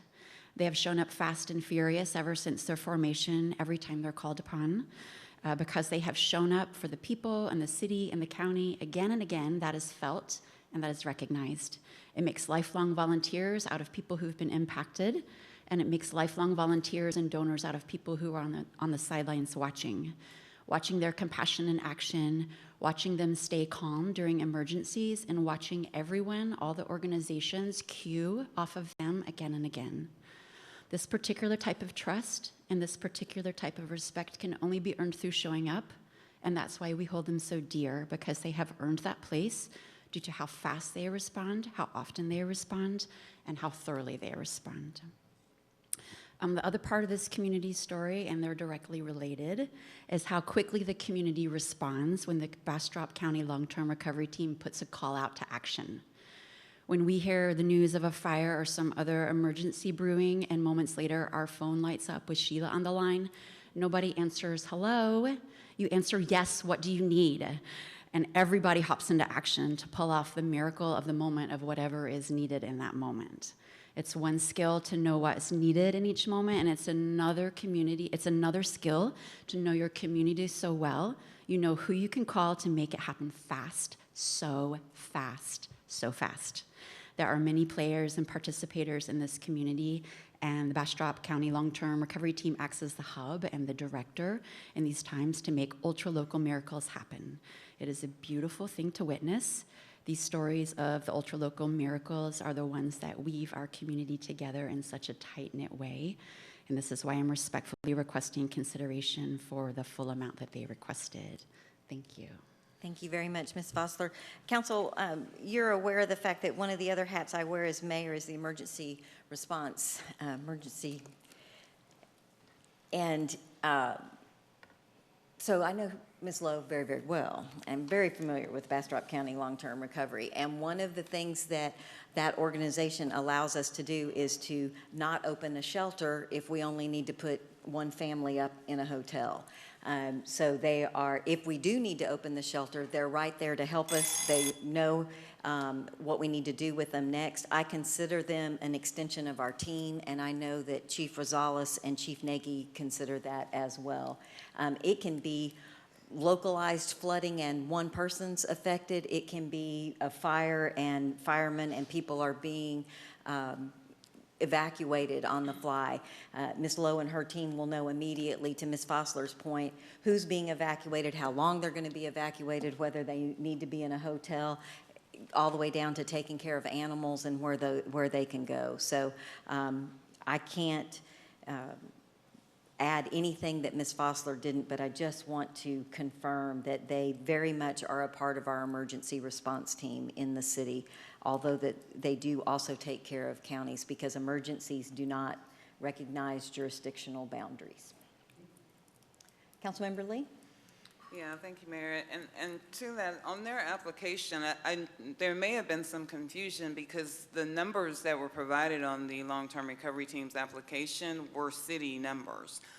They were reporting that they $26,000 of their expenditures were in direct support of the city, not county. So the numbers they provided on their application were all related to cities. It listed the amount of households they've helped, and maybe there was just not enough clarifications for those reading the applications to understand that the numbers they were reporting were the city numbers. So I thought about something while they were speaking. I'm so glad Austin Habitat came to speak so that we could get a bigger picture of that organization and the work that they do. I remembered that the earlier recommendation from the mayor was to remove the child welfare 2,000. So to me, Mayor Pro Tem, maybe we can keep the 10,000 at Austin Habitat and then remove the 2,000 from the Child Welfare Board, and that keeps us at our 120. That's, Mayor, was that what you had suggested? Councilmember Kirkland? Are we doing workshop? I can't hear what you're saying. Oh, okay, sorry. The Bastrop County Child Welfare Board only requested 2,000 and were granted 2,000. I didn't think that's what you were suggesting that we take out. No, I was suggesting if we were staying at 120 based on the document that you made a copy of, taking them down to 500 because I was looking for $1,500. Now I'm looking at a second document that Councilmember Lee and Mayor Pro Tem Rogers put together, and it has the Child Welfare Board at 2,000, but what it had done was take several of the organizations down to 8,000. So it's just there's a lot of money moving around, and I believe what Councilmember Lee's pointing out is that if the Child Welfare Board goes to 0, that provides the $2,000 to keep the Austin Habitat for Humanity, put them back at 10 and stay at the 120. But at this point, I'm kind of lost on the total numbers. And Mayor Pro Tem Rogers, I think you were keeping the best count on that. Well, let me throw an idea out there, okay? You're right, I have spoken with Councilmember Kirkland, and I've spoken with Lee, and they both have, like I said, they both have great ideas. So, see what you guys think of these. The Habitat for Humanity, if you keep that one at 10, and like the mayor stated, the welfare board is the county board. And so if we take them out of the picture, leaving the Bastrop Emergency Food Pantry at 33, the Bastrop County First Responders at 17,500. Long-term recovery, you leave them at the 10. The Bastrop, I'll get lost between these two here. The Family Crisis Center at 10. Then there's nothing for the healing room. Pregnancy Resource Center at 8,000. Oh, I'm sorry, the Pregnancy Resource Center is at 7,500. Child Agriculture, I cannot talk. CAC. The CAC at 9,000. The Meals on Wheels to 8,000, costs at 9,000, and in the streets at 8,000. I believe, if my math is right, that brings you right at 120, maybe 122. What do y'all think? Tracy, are you adding back there? So I've got 10, 33, 17,500, 10, 10, 7,500, 9, 8, 9, 8. Right. I think that's calculator. a combination between the two. I looked for a calculator, I didn't see it. That's the timer. Not doing it in my head. I'm just in trouble. Tried it on my phone and I messed it up twice, so my fingers are too fat.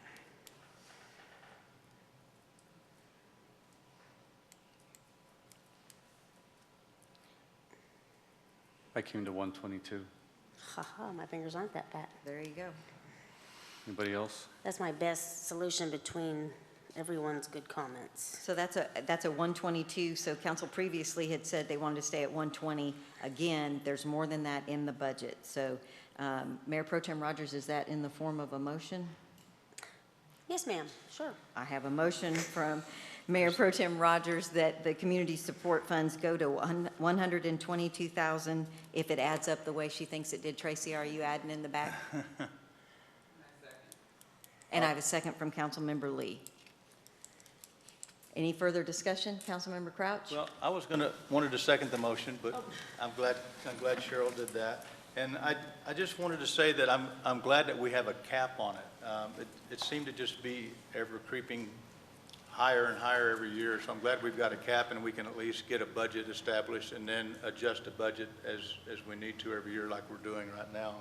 And I'm glad that we formed a committee to kind of do research on all of the people that we're giving money to, because there's so many good groups to give money to, so it's very hard on the council to figure out who and how much. And I think Councilmember Kirkland in the workshop had good points for especially the Austin Habitat Humanity, because they are a larger group. They had more resources for money, and so that was, correct me if I'm wrong, that's the reason it was initially cut down from what the original request was. So I like the way the committee worked. I like the way the committee divvied out the money we had, and I like that we have a budget to work with, and I'm glad that we're giving a little bit more money to it to give some of the people more money. So Thank you, Councilmember Crouch. Councilmember Kirkland? All right, I have a motion and a second. Is there any further discussion? Madam Secretary, if you'll call the roll. Mayor Pro Tem Rogers? Yes. Councilmember Lee? Yes. Councilmember Plunkett? Yes. Councilmember Crouch? yes. Councilmember Kirkland? Yes. Thank you, Council. The motion passes unanimously. At this time, on item 8A, is there any further budget discussions? Because Ms. Waldron desperately would like to quit chasing numbers so she can produce a budget book so we can vote on it at the next budget meeting. She's happy to change them, but there's a point that we got to draw the line. Any further changes? All right, Tracy, you're locked down. Let's rock and roll.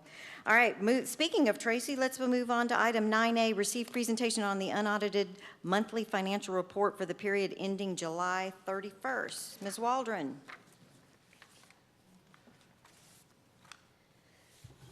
Good evening, Mayor and Council. So this report's not different than most of our other monthly reports. We are up on revenue, 4.4%. Sales tax is still 8% over forecast, 15.16% year over year. Development fees are 7.5% over forecast, and there are several line items that are running below forecast, but the ones that are running way above are offsetting those. We do have impact fees. We do have a development timeline, so that particular fund is running behind forecast in revenue, and all expenditures are within budget.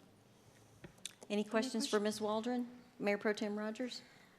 Yes, Tracy, I know that you commented this one looks like most other ones, but I want to thank you and thank this city for watching their funds, because not every city gets to say that. Mm-hmm. So, thanks. Welcome. Excellent. Any other comments? Great job, Ms. Waldron. Thank you very much. Council, we're on page 3 for citizen comments. I have 3 people signed up for citizen comments. The first person who signed up is Dustin Bartee.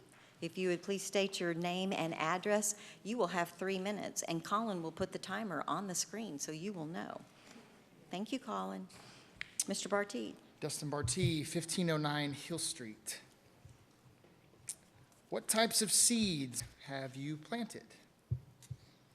I have some guesses, but I just keep coming back to this word, division, seeds of division. Before any resolutions or votes, there were seeds of suspicion and judgment and assumption. In fact, I'm aware of one member of council doing research into the recent voting histories of each proposed member of the DEI board. Members of council made this partisan, and it didn't have to be. Before it even had its very first meeting, this board was labeled an echo chamber. Our city has 14 boards and commissions consisting of roughly 120 to 130 citizens, each one unique. And I wonder, have any of the existing boards and their members been privately researched to discover their political preferences? Are we name-calling these boards also? Have we become so petty that we think we need more Democrats on planning and zoning, or more Republicans on parks, or independents on Main Street? Seeds of division.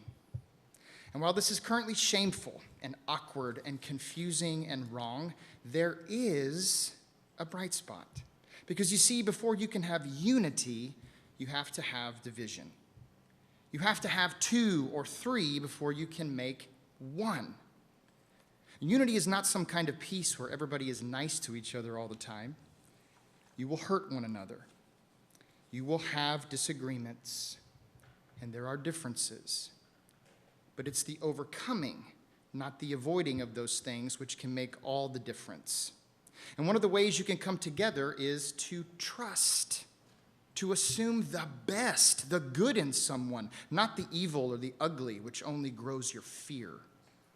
So I ask you to assume the best, to trust the passionate, good, and smart, originally proposed members of the DEI board.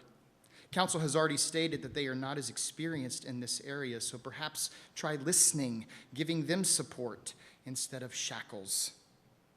So say I have a water pipe issue at my house and I call a plumber to come help fix what I cannot and do not know how to do myself. And say I only allow the plumber to use my own personal tools and I stand over his shoulder or even in front of the area he's working. What is the plumber to think? How successful will they be? At a time when much of our country and even our state wrestle with divisions, this council has a chance to be something different, something other, a unified group who might seek the good for all Bastropians. Our city is counting on you. Whatever you plant grows. Thank you. Thank you, Mr. Barty. The next person I have signed up to speak is Mel Cooper. If you would please come forward, state your name and address. You will have 3 minutes. Mel Cooper, 603 Shiloh. And thank you, City Council members. Thank you, Mayor. Tough job. We appreciate you. My comments are on behalf of the Bastrop County Conservatives regarding the Diversity, Equity, and Inclusion Committee. I'll just call it the committee. Before I start, let me say that the organizers proposed 7 or 8 candidates. And yes, those were from a certain political party. I know that city councils are non-political. Voting records are public. We would be remiss not to be aware of who we're talking about putting on a committee.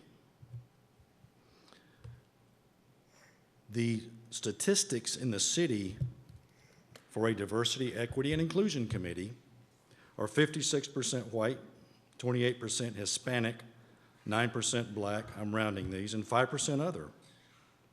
Based on simple math, if it's a 7-person committee, that's 3.9 whites, I guess somebody's gonna have to lose a hand, 2 Hispanics, 7/10 blacks, and 0.4 other. If you exclude the whites, because it is a Diversity, Equity, and Inclusion Committee, which I don't believe you should, there should be at least a white on the committee. You've got 4.6 Hispanics, 1.5 blacks, and 0.9 other. I have a friend in the back from India. His name is Venkat. He said, "What about me? I'd like to be represented." Do we see the problem yet? This is a Diversity, Equity, and Inclusion Committee that is not diverse, equitable, or including. Just an ethnic background should not qualify a person to serve. The selection should be based on merit, including background, prior service, education, references, and yes, political affiliations. This committee needs to be diverse. I'm not promoting one over the other. It just needs to be diverse and have equality. Bastrop County Conservatives believes in diversity. It's crucial to the success of any community. We believe a truly diverse committee is the best thing for the city and its residents, so long as diversity is based on equity and inclusion. Thank you. Thank you, Mr. Cooper. I have Glenn Sennett. He deferred. Mr. Sennett deferred and won't be speaking tonight. All right, council, that is all of the citizen comments. We're moving to the consent agenda. Are there any items on the consent agenda a council member would like to have pulled from the consent agenda? 11D. 11D will be pulled and discussed immediately after. Is there any other item to pull? Madam Secretary, if you'll please read the consent agenda A through C.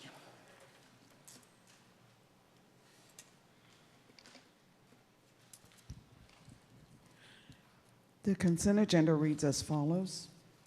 Item 11A, consider action to approve City Council minutes from the August 9th, 2022 regular meeting. 11B, consider action to approve resolution number R-2022-74 of the City Council of the City of Bastrop, Texas, approving and adopting the investment policy and investment strategies attached as Exhibit A, approving the list of qualified brokers attached as Exhibit B, making various provisions related to the subject and establishing an effective date. Item 11C, consider action to approve resolution number R-2022-72, approving the City of Bastrop purchasing policy, which is attached as Exhibit A, providing for a repealing clause and establishing an effective date. This concludes the consent agenda. Thank you, Madam Secretary. Happy to entertain a motion. Motion to approve. I have a motion to approve from Councilmember Kirkland. Second. A second from Councilmember Lee. Is there any further discussion? Madam Secretary, if you'll call the roll. Councilmember Kirkland? Yes. Councilmember Lee? Yes. Councilmember Plunkett? Yes. Mayor Pro Tem Rogers? Yes. Councilmember Crouch? Yes. Thank you, Council. The consent agenda items A through C pass unanimously. We're on item 11D. Consider action to approve resolution number R 2022-62 of the City Council of the City of Bastrop, Texas, approving a public improvement plan agreement, we call those PIPAs, with Great West Development Incorporated for Rivercrest subdivision as attached in Exhibit A, authorizing the city manager to execute all necessary documents, providing for a repealing clause and establishing an effective date. Ms. Bills stands ready to answer any questions you might have. Councilmember Kirkland. Where is this map? Yeah, so this is a subdivision that is in our ETJ Area A, the voluntary ETJ. It's actually 50.5% in our ETJ and like 49.5% in the county's jurisdiction, and they insisted that we take it. So, so it's right on the edge of the two. But it's, right there at the intersection of 969 and FM 1209. And the closer up view, it's that. And Doc Bryson Road is on the kind of northeast side. And this public improvement agreement, there's a mention of funds, there's a mention of county participation, but this agreement is with the City of Bastrop.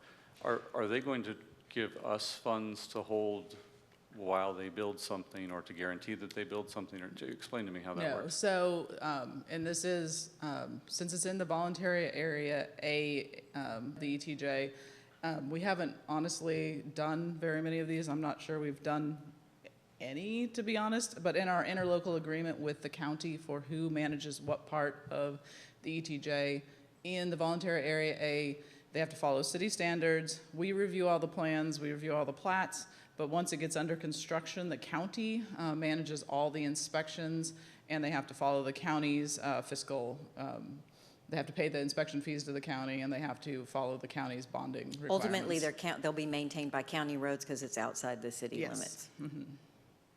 So it's a little different than our other ones that have been in the colony, and all those, because while the colony is part in and part out of the statutory ETJ, it's in a special district, and everything in a special district goes through all of the city processes. So the dollar amounts that are listed, construction cost amounts for various things, are these given to the county then? Is that? Yeah, so the amounts that are listed in there are the amounts that are the estimated probable cost by the engineers. Right. And then the amount of there's a, forgive me if I forget the numbers, the inspection fee, I believe, is, because ours is, theirs is 3%. So 3% of the total cost of all the improvements goes to the county for their inspection fees. And then their bonds for maintenance is believe 10% of the value of the improvements. So that bond, so they'll have to furnish a fiscal guarantee to the county at the end of the project for 2 years. And the county's process is they don't actually take over the maintenance of the road until that maintenance period is finished. The city, we take over them as soon as they're built.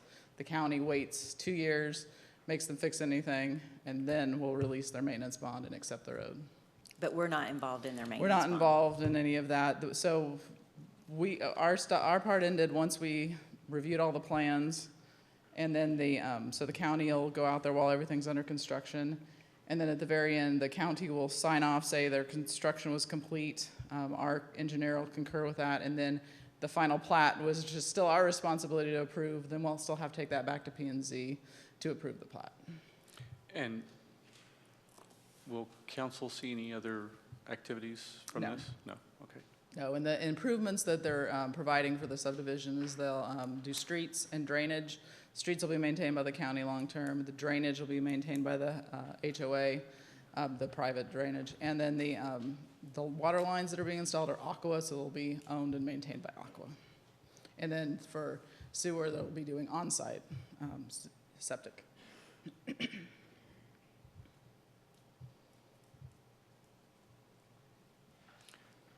Motion to approve. I have a motion to approve from Councilmember Second. Kirkland, a second from Councilmember Plunkett. Is there any further discussion? Madam Secretary, if you'll call the roll. Councilmember Kirkland, Yes. Councilmember Plunkett, Yes. Councilmember Lee, Yes. Mayor Pro Tem Rogers, Yes. Councilmember Crouch. Thank you. The item stands unanimously approved. We're on the last page. Item 12A, hold a public hearing and consider action to approve the first reading of ordinance number 2022-20 of the City Council of the City of Bastrop, Texas, annexing Pearl River Development and updating the municipal service plan for 56.620 acres of land out of the Nancy Blakey Survey, abstract number 98, located east of FM 969 and north of State Highway 71, as shown in Exhibit A and B, providing for findings of fact, adoption, establishing place type zoning and character district, repeal or severability, filing and enforcement, establishing an effective date and proper notice and meeting, and move to include on the September 13th, 2022 agenda for a second reading. Ms. Bills. Yes, so this is an annexation, and I'm now realizing I pulled the wrong map. For the remainder of this tract, about approximately 26 acres is already in the city limits, which you'll see in the slide deck for the zoning. The remainder of the tract is under what we call a Chapter 43 annexation agreement. In 2011, when the city did some involuntary annexations, if a property had an active ag exemption, the city was required to offer them an agreement that said that they didn't have to annex into the city limits until which time they were going to develop. The property owner is ready to develop, so they've requested annexation of the remainder. So it's about approximately 53 acres that's being annexed in to the city limits. The default zoning upon annexation is P2 rural. The character district, which is the adjacent character district for the property that's already zoned as cattlemen's. The extraterritorial jurisdiction with this annexation, if we annex on the edge of the city limits, that pushes our ETJ out. In this case, with the Chapter 43 agreement, our ETJ actually pushed out at the time, so this doesn't change our ETJ at all in this area. So, Council, and you're aware of this, and item 12A will be annexing, and in item 12B, we will be zoning, and the reason, we have to annex it before we can zone it, and the zoning is changing in line with the development. Do you have any questions for Ms. Bills? Councilmember Plunkett? No, sorry. So we need to have a public hearing. Madam Secretary, do we have anyone signed up to speak for the, I'm officially opening the public hearing. No, Mayor. I'm officially closing the public hearing. We have met all the obligations. I'm happy to entertain a motion. Motion to approve. I have a motion to approve from Second. Councilmember Kirkland and a second from Councilmember Plunkett. Is there any further discussion? Madam Secretary, if you'll call the roll. Councilmember Kirkland, Yes. Councilmember Plunkett, Yes. Councilmember Lee, Yes. Mayor Pro Tem Rogers, Councilmember Crouch. Yes. Thank you, Council. The motion passes unanimously. We're moving on to item 12B, hold a public hearing and consider action on the first reading of ordinance 2022-21 approving the Pearl River zoning concept scheme, changing the zoning for 26.902 acres from P2 rural to P4 mix, and 29.718 acres from P2 rural to P5 core out of the Nancy Blakey Survey, Abstract 98, establishing a concept plan on 74.974 acres with 10% civic space required during development located east of 969 and north of State Highway 71 within the city limits of Bastrop, Texas, as shown in Exhibit A, providing for findings of fact, adoption, repealer, severability, and enforcement, proper notice in meeting, and establishing an effective date, and move to include on the September 13th, 2022 agenda for a second reading. Ms. Bills? Yes, so this is the rezoning to go with the annexation that was just approved. So the site is a little over 75 acres.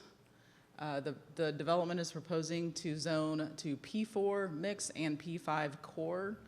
And then they've shown in their zoning concept scheme that they intend to provide civic space, but at this time they're still moving around.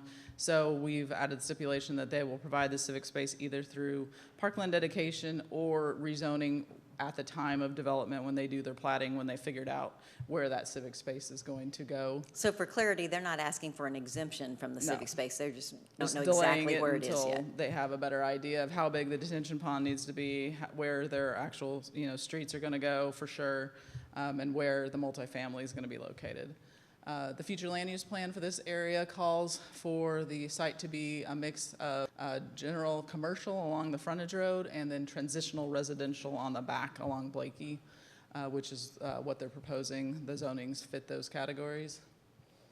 So you can see here the P5 up in the top left-hand corner is what's already in the city limits, and the white is currently in the ETJ. Once it's annexed in, they're requesting to rezone from the P2 rural to a mix of P5 and P4 on this property. In your packet, they have provided a pretty detailed zoning concept scheme where they show they have a mix of multifamily and retail office space.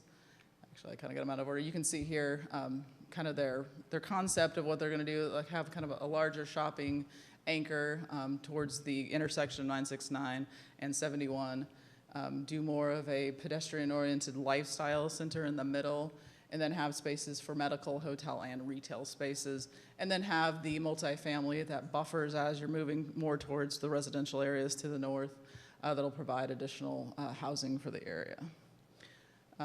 So one of the things, what you see here is their block dimensions. So the orange streets roughly meet the 720 grid pattern, and then the lighter streets meet the 330 block grid. We are limited a little bit by TxDOT. TxDOT has some pretty strict requirements of where they're going to allow streets to connect to both 969 and FM 71. So we've already met with them and been working on those locations. So that's why you see originally they were actually trying to have 4 main streets that connected to 71, but that's too many for TxDOT. So they're showing the intent to meet the grid pattern.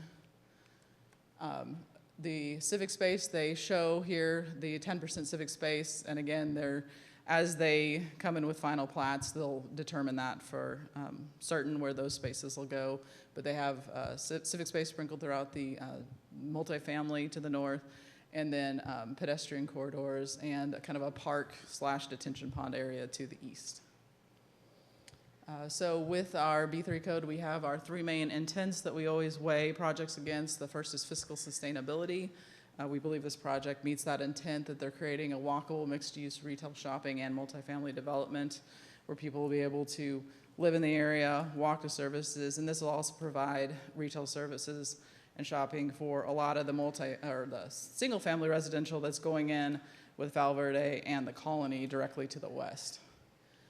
Perpetuation of authentic Bastrop. The proposed development style for this is traditional neighborhood development pattern, which is the gridded streets and gridded pedestrian walkways. That'll provide good connectivity for this area. And with compliance with the geographically sensitive developments, they've already got an existing drainage area to the east that they're going to utilize that area as a natural area and concentrate the drainage to that direction. And also mind the constraints that TxDOT has on them for connectivity to the roadways. We have to notify property owners within 200 feet of the development. There were 11 property owners notified and 1 response in favor. At the regular Planning and Zoning Commission meeting on July 28th, the commission voted 6-0 to recommend approval of the zoning concept scheme and change the base zoning district. And one of the questions they did ask was, are any warrants being requested at this time? And the developer has stated that they plan to meet the code, that they may ask for warrants as the process goes along when when we discover and work out during the public improvement plan, if there's things that, situations, especially with the roads, that don't meet the code. So the next steps, the second reading of the rezoning ordinance will come to council on September 13th. And then after that, we have a number of development applications that they'll have to go through, including final drainage plans, public improvement plans, replat. So this is actually already platted. It's in a reserve area. So it'll be a replat, and then do site development plans and building permits for this area. And staff recommends approval. Thank you, Ms. Bills. For clarity, when they are trying to meet the grid requirements, but TxDOT has an influence in that, is that something that can be administratively Yes. approved? So it wouldn't require any type of hearing? No. It doesn't have to come for a warrant? No, because it's a hard constraint that none of us have control over. So. Which was the intent of the flexibility of the code, as long as they were trying to reach if there was a reason that they couldn't. Yes. And clearly, we don't want additional intersections with the frontage road of Highway 71. And they still intend to meet with a series of pedestrian walkways that aren't automobile And I noticed that oriented. their street cross-sections were also in compliance with our Yes. code. Council, any questions for Ms. Bills? Mayor Pro Tem Rogers? Yes, ma'am, this might not be part of this, and it's just from my knowledge. It shows Duff Drive going through. Would that be something they completed because it lands up there, or is that something the city would have to complete later? I know it kind of halfway goes through the end of Burleson Crossing, but it doesn't actually go all the way to Lakey right now, correct?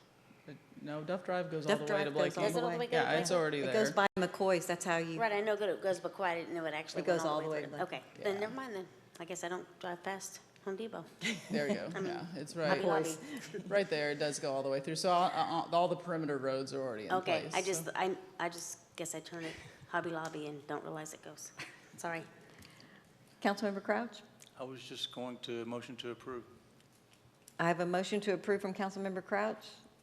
Do I have a second? Second. I have a second from Councilmember Plunkett. We need to hold a public hearing before we have any motions. Are there any questions before we have the public hearing? Yes. Councilmember Kirkland? So on the conceptual plan, there's a pad site C, D, and E that are 1 acre, 1 acre, and 1.5 acres. What are those for? They would be future sites that they haven't worked out exactly what's going to go there yet. One of the things that we discovered while we were talking to TxDOT is there's actually some improvements that are going on here right now for 969. For 969 because of Valverde. There are improvements that Valverde is required to complete. So we're still a little unsure of what that looks like for those properties. So there'll be future pad sites similar to other the retail that's along. So it's important to other note side. that this is a zoning concept scheme and intended to have flexibility. Right, right. Councilmember Crouch, you don't have the floor or a mic. Councilmember Kirkland, do you have any other questions? Yes, so when we were looking at the fee schedule for the budget, we discussed something, is it called tree remediation or tree? Mitigation. Mitigation. So this is a heavily wooded lot. Is there any of that takes place here? There may. We'll address that when we get to the public improvement plans is where that comes in. They are required to do a tree survey. I will say in some of these areas, they're heavily treed, but it's a lot of underbrush and cedar. And so sometimes they're not as many large trees as you would think. As one thinks. But that'll be one thing we look at, and they can mitigate on site. And there's definitely areas that they can mitigate on site in the civic space. Okay, thank you. All right, let's officially open the public hearing. Madam Secretary, do we have anyone signed up to speak for the public hearing? No, Mayor. We are officially closing the public hearing. I have a motion from Councilmember Crouch to approve with a second from Councilmember Plunkett. Is there any further discussion? Madam Secretary, if you'll call the roll. Councilmember Crouch, Yes. Councilmember Plunkett, Yes. Councilmember Lee, Yes. Mayor Pro Tem Rogers. Yes. Councilmember Kirkland. Yes. Thank you, council. The motion passes unanimously. We're moving on to item 12C, consider action to approve resolution number R 2022-73 of the City Council of the City of Bastrop, Texas, approving the financial management policy, which is attached as Exhibit A, providing for a repealing clause and establishing an effective date. Ms. Waldron. Yes, good evening again. And I was just looking at my staff report, and it's wrong, so please disregard my What? staff report. I'm sitting there going, that's what we did last year. Okay. So let me go over the changes in the financial policy. One of the changes was just to change the comprehensive annual financial report to the annual comprehensive financial report, because that is required by the Government Standards Accounting Board. So I changed it. One of the main changes, the other thing is our new agenda software does not keep redlined versions. So I submitted a redline version, and then it turned into a PDF with no redline. So one of the things that we were recommending to change is the level of budgetary control and move it from a department level to a fund level. And in doing that, in the policy, we were also adding the requirement of the reporting requirements, so that if this was adopted, we would actually report to council on a quarterly basis what those transfers looked like, but it wouldn't need council's approval to move between departments in a particular fund.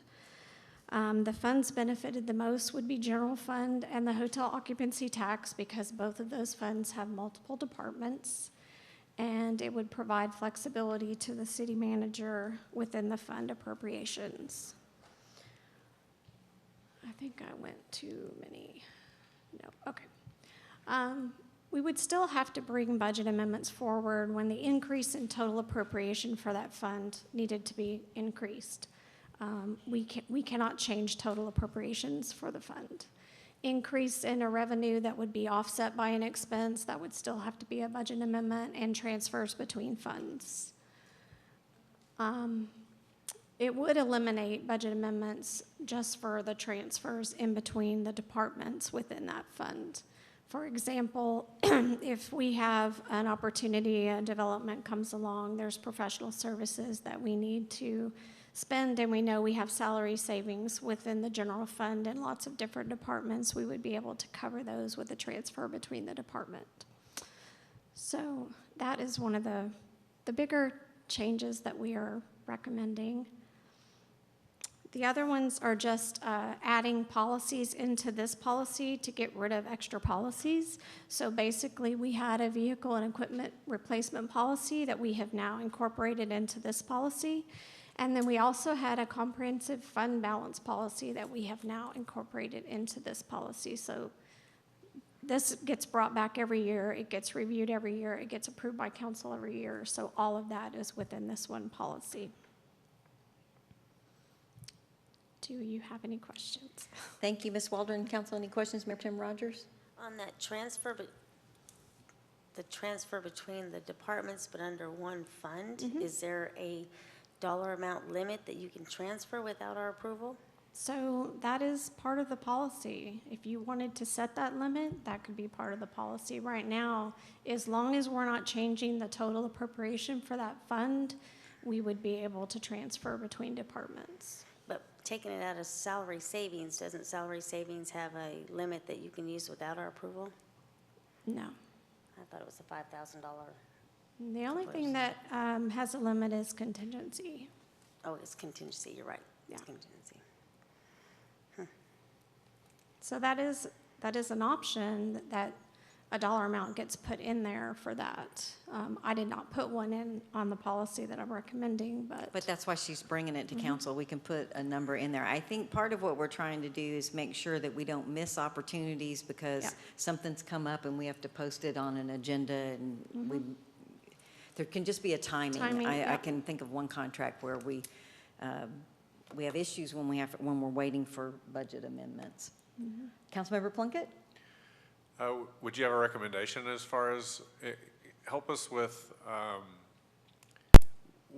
what are some issues that could come up when some other CFO is here that may not be as on top of it as you are?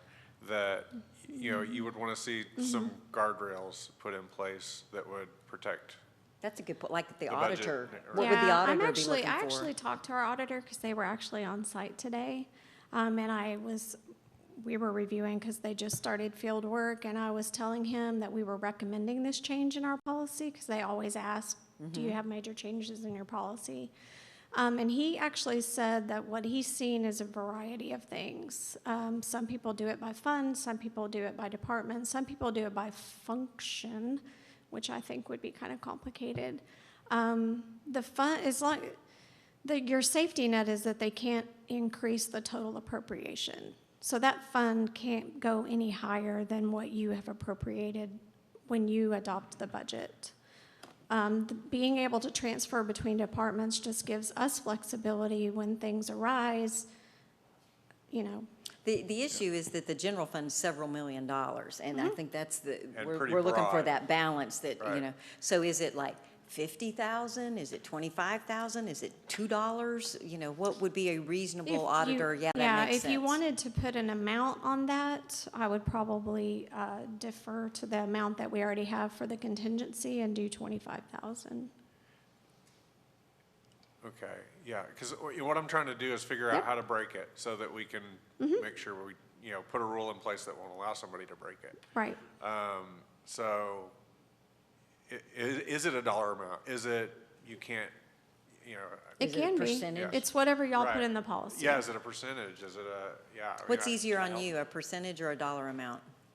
I mean, a dollar amount would be fine. Okay. So if I could help, you will have a new city manager that is authorized to spend up to $49,000. I'm not saying that's going to be the amount, but maybe they double check and sign off on the transfer as well. If you're looking for 2 sets of eyes and a set amount, the amount that they can spend today is right at $49,000. And It's they a matter of would being have it's to 25. sign a transfer. So they would have to sign a transfer anyway. So you've got that is your assurance, I guess. It's not just Tracy willy-nilly moving money around. So you do have lots of staff that looks at it. Thank you, Mr. Job, that's helpful. Mayor Pro Tem Rogers? Well, I just don't want to have any more dump trucks issues. I understand. So I think I would prefer the $25,000, and then would still have to get approved by the city manager. And that gives some flexibility. You know, he could do 2 transfers, and we hit his 49. Well, and the policy's reviewed annually, and if, when we get a new city manager, if they have real strong thoughts and can make a case and feel they need to change it, you know, it's our policy, we can review it anytime we want. Right. So, Mayor Pro Tem Rogers, is that a motion-ish? 1 second. Oh, sorry, please. Councilmember Kirkland? I just happen to be sitting on the contingency account and contingency account expenditures, and it looks like it's 35,000 instead of 25,000. Yeah, by policy, it's always set at 35 in the budget every year. Okay, I think we were discussing that it was 25,000.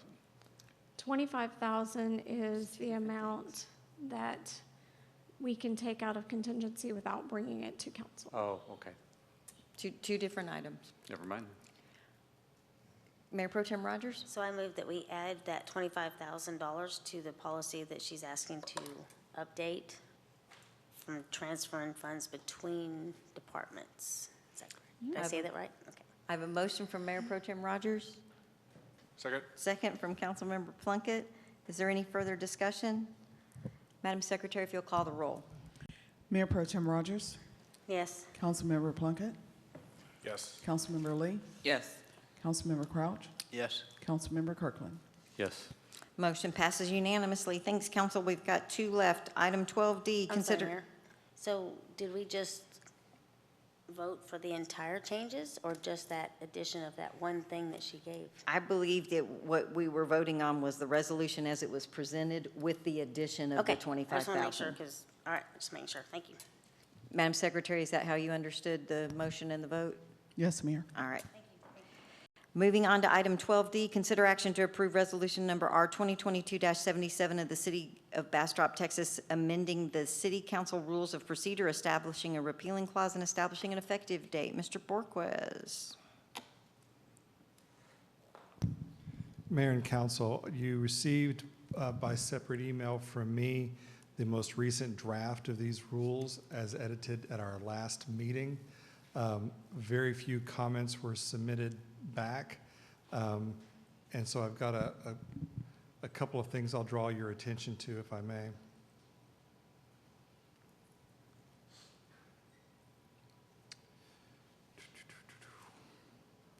Sorry, I'm scrolling through it. One issue that we have to settle, if we can, is on section 3.3, which deals with motions to approve that fail to pass. We have, for simple reference, I call them option A and option B. One I suggested as a way to try to put people's minds at ease, that the normal custom and practice that we and other entities have followed in the past is that if a motion to approve fails, it's construed as a motion to deny, and then it can move forward with the usual appeals or finality depending on the issue being undertaken, unless that board, commission, or committee brings up another motion. The mayor or the presiding officer could call for a clarifying motion, which may be preferred if perhaps the motion to approve had multiple conditions and maybe a lesser motion would have passed. A second alternative that we discussed at the last meeting is that to affirmatively take action, there must be a specific vote. So if a motion to approve fails, then our rule could be that someone must then make the contrary motion a motion to deny. There may be other options, but those are the two that we discussed last time, and I'm open to feedback or the will of the council. Council, any comments? Councilmember Kirkland? Thank you, Ellen. So on option A, in previous readings of it, there were boundary conditions where I was concerned that it didn't answer all of my questions, but now this version does. Okay. And so I would be fine with option A. Okay. Does that work for the rest of council at this point? I'm glad we were able to address that, so we will definitely do that. And thank you, Councilman Kirkland, for your diligence in helping bring clarity to that point.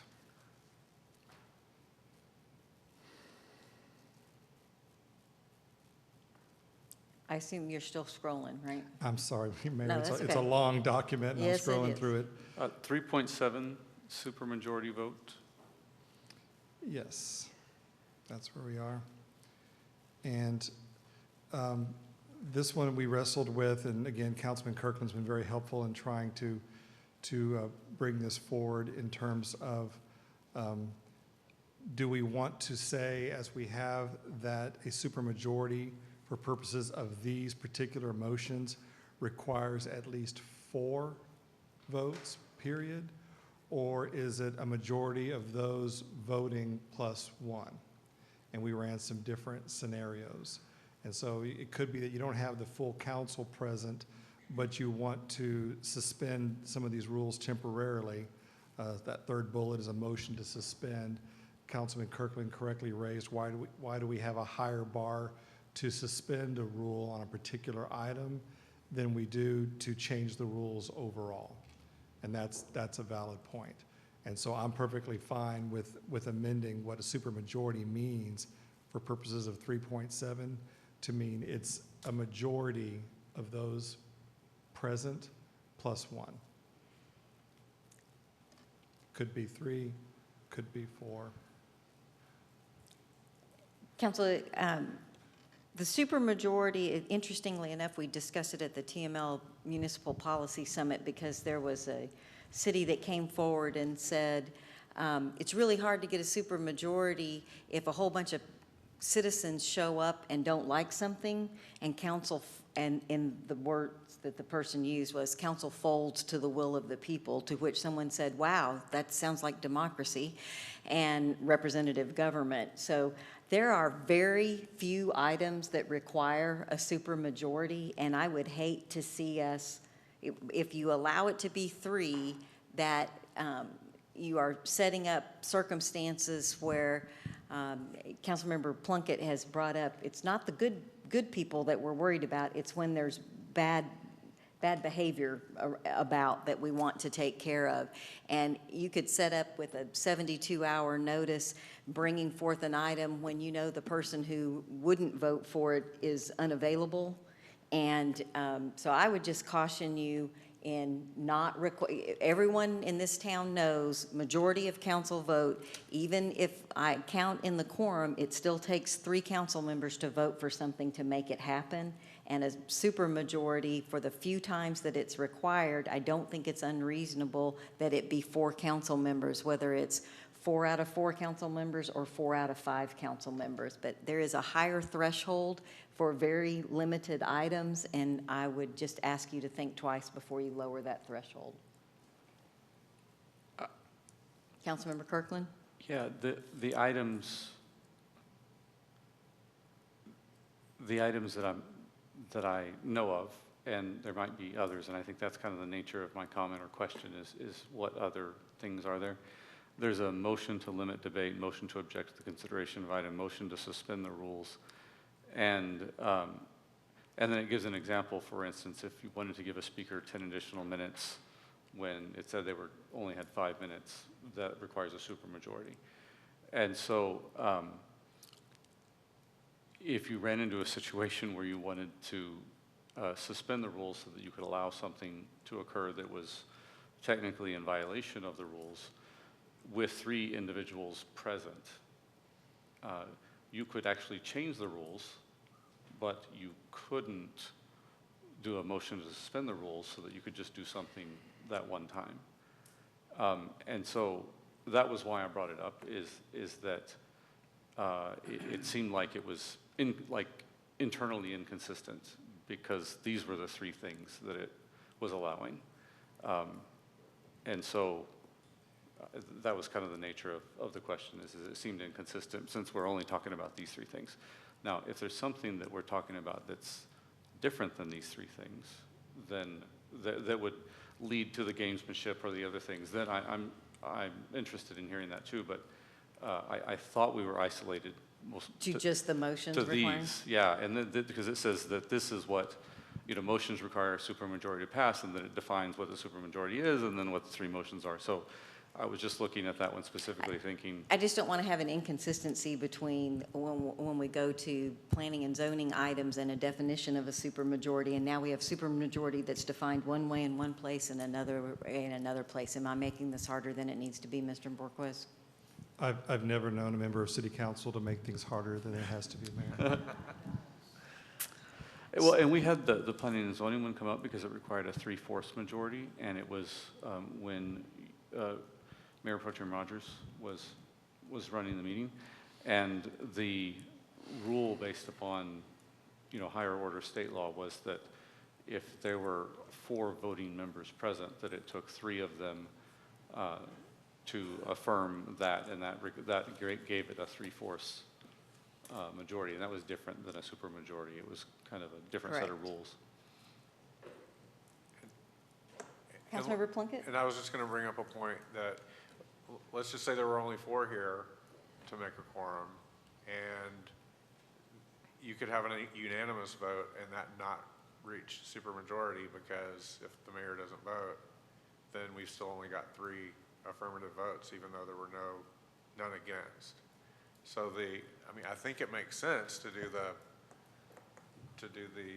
+1. The +1, because that, even in that situation, it gets you, where you need to be, because you can't get there with 1 dissent in that situation. You can get there with 1 dissent when you have 5, if the mayor doesn't vote. So that seems fair to me.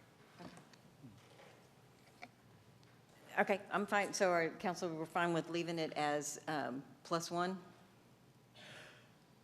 Which means because our quorum is always going to be 4, but the mayor doesn't vote, or the mayor pro tem doesn't vote when acting as presiding officer, that means depending on the number who actually show up, that number is going to be either 3 or 4, depending on the situation.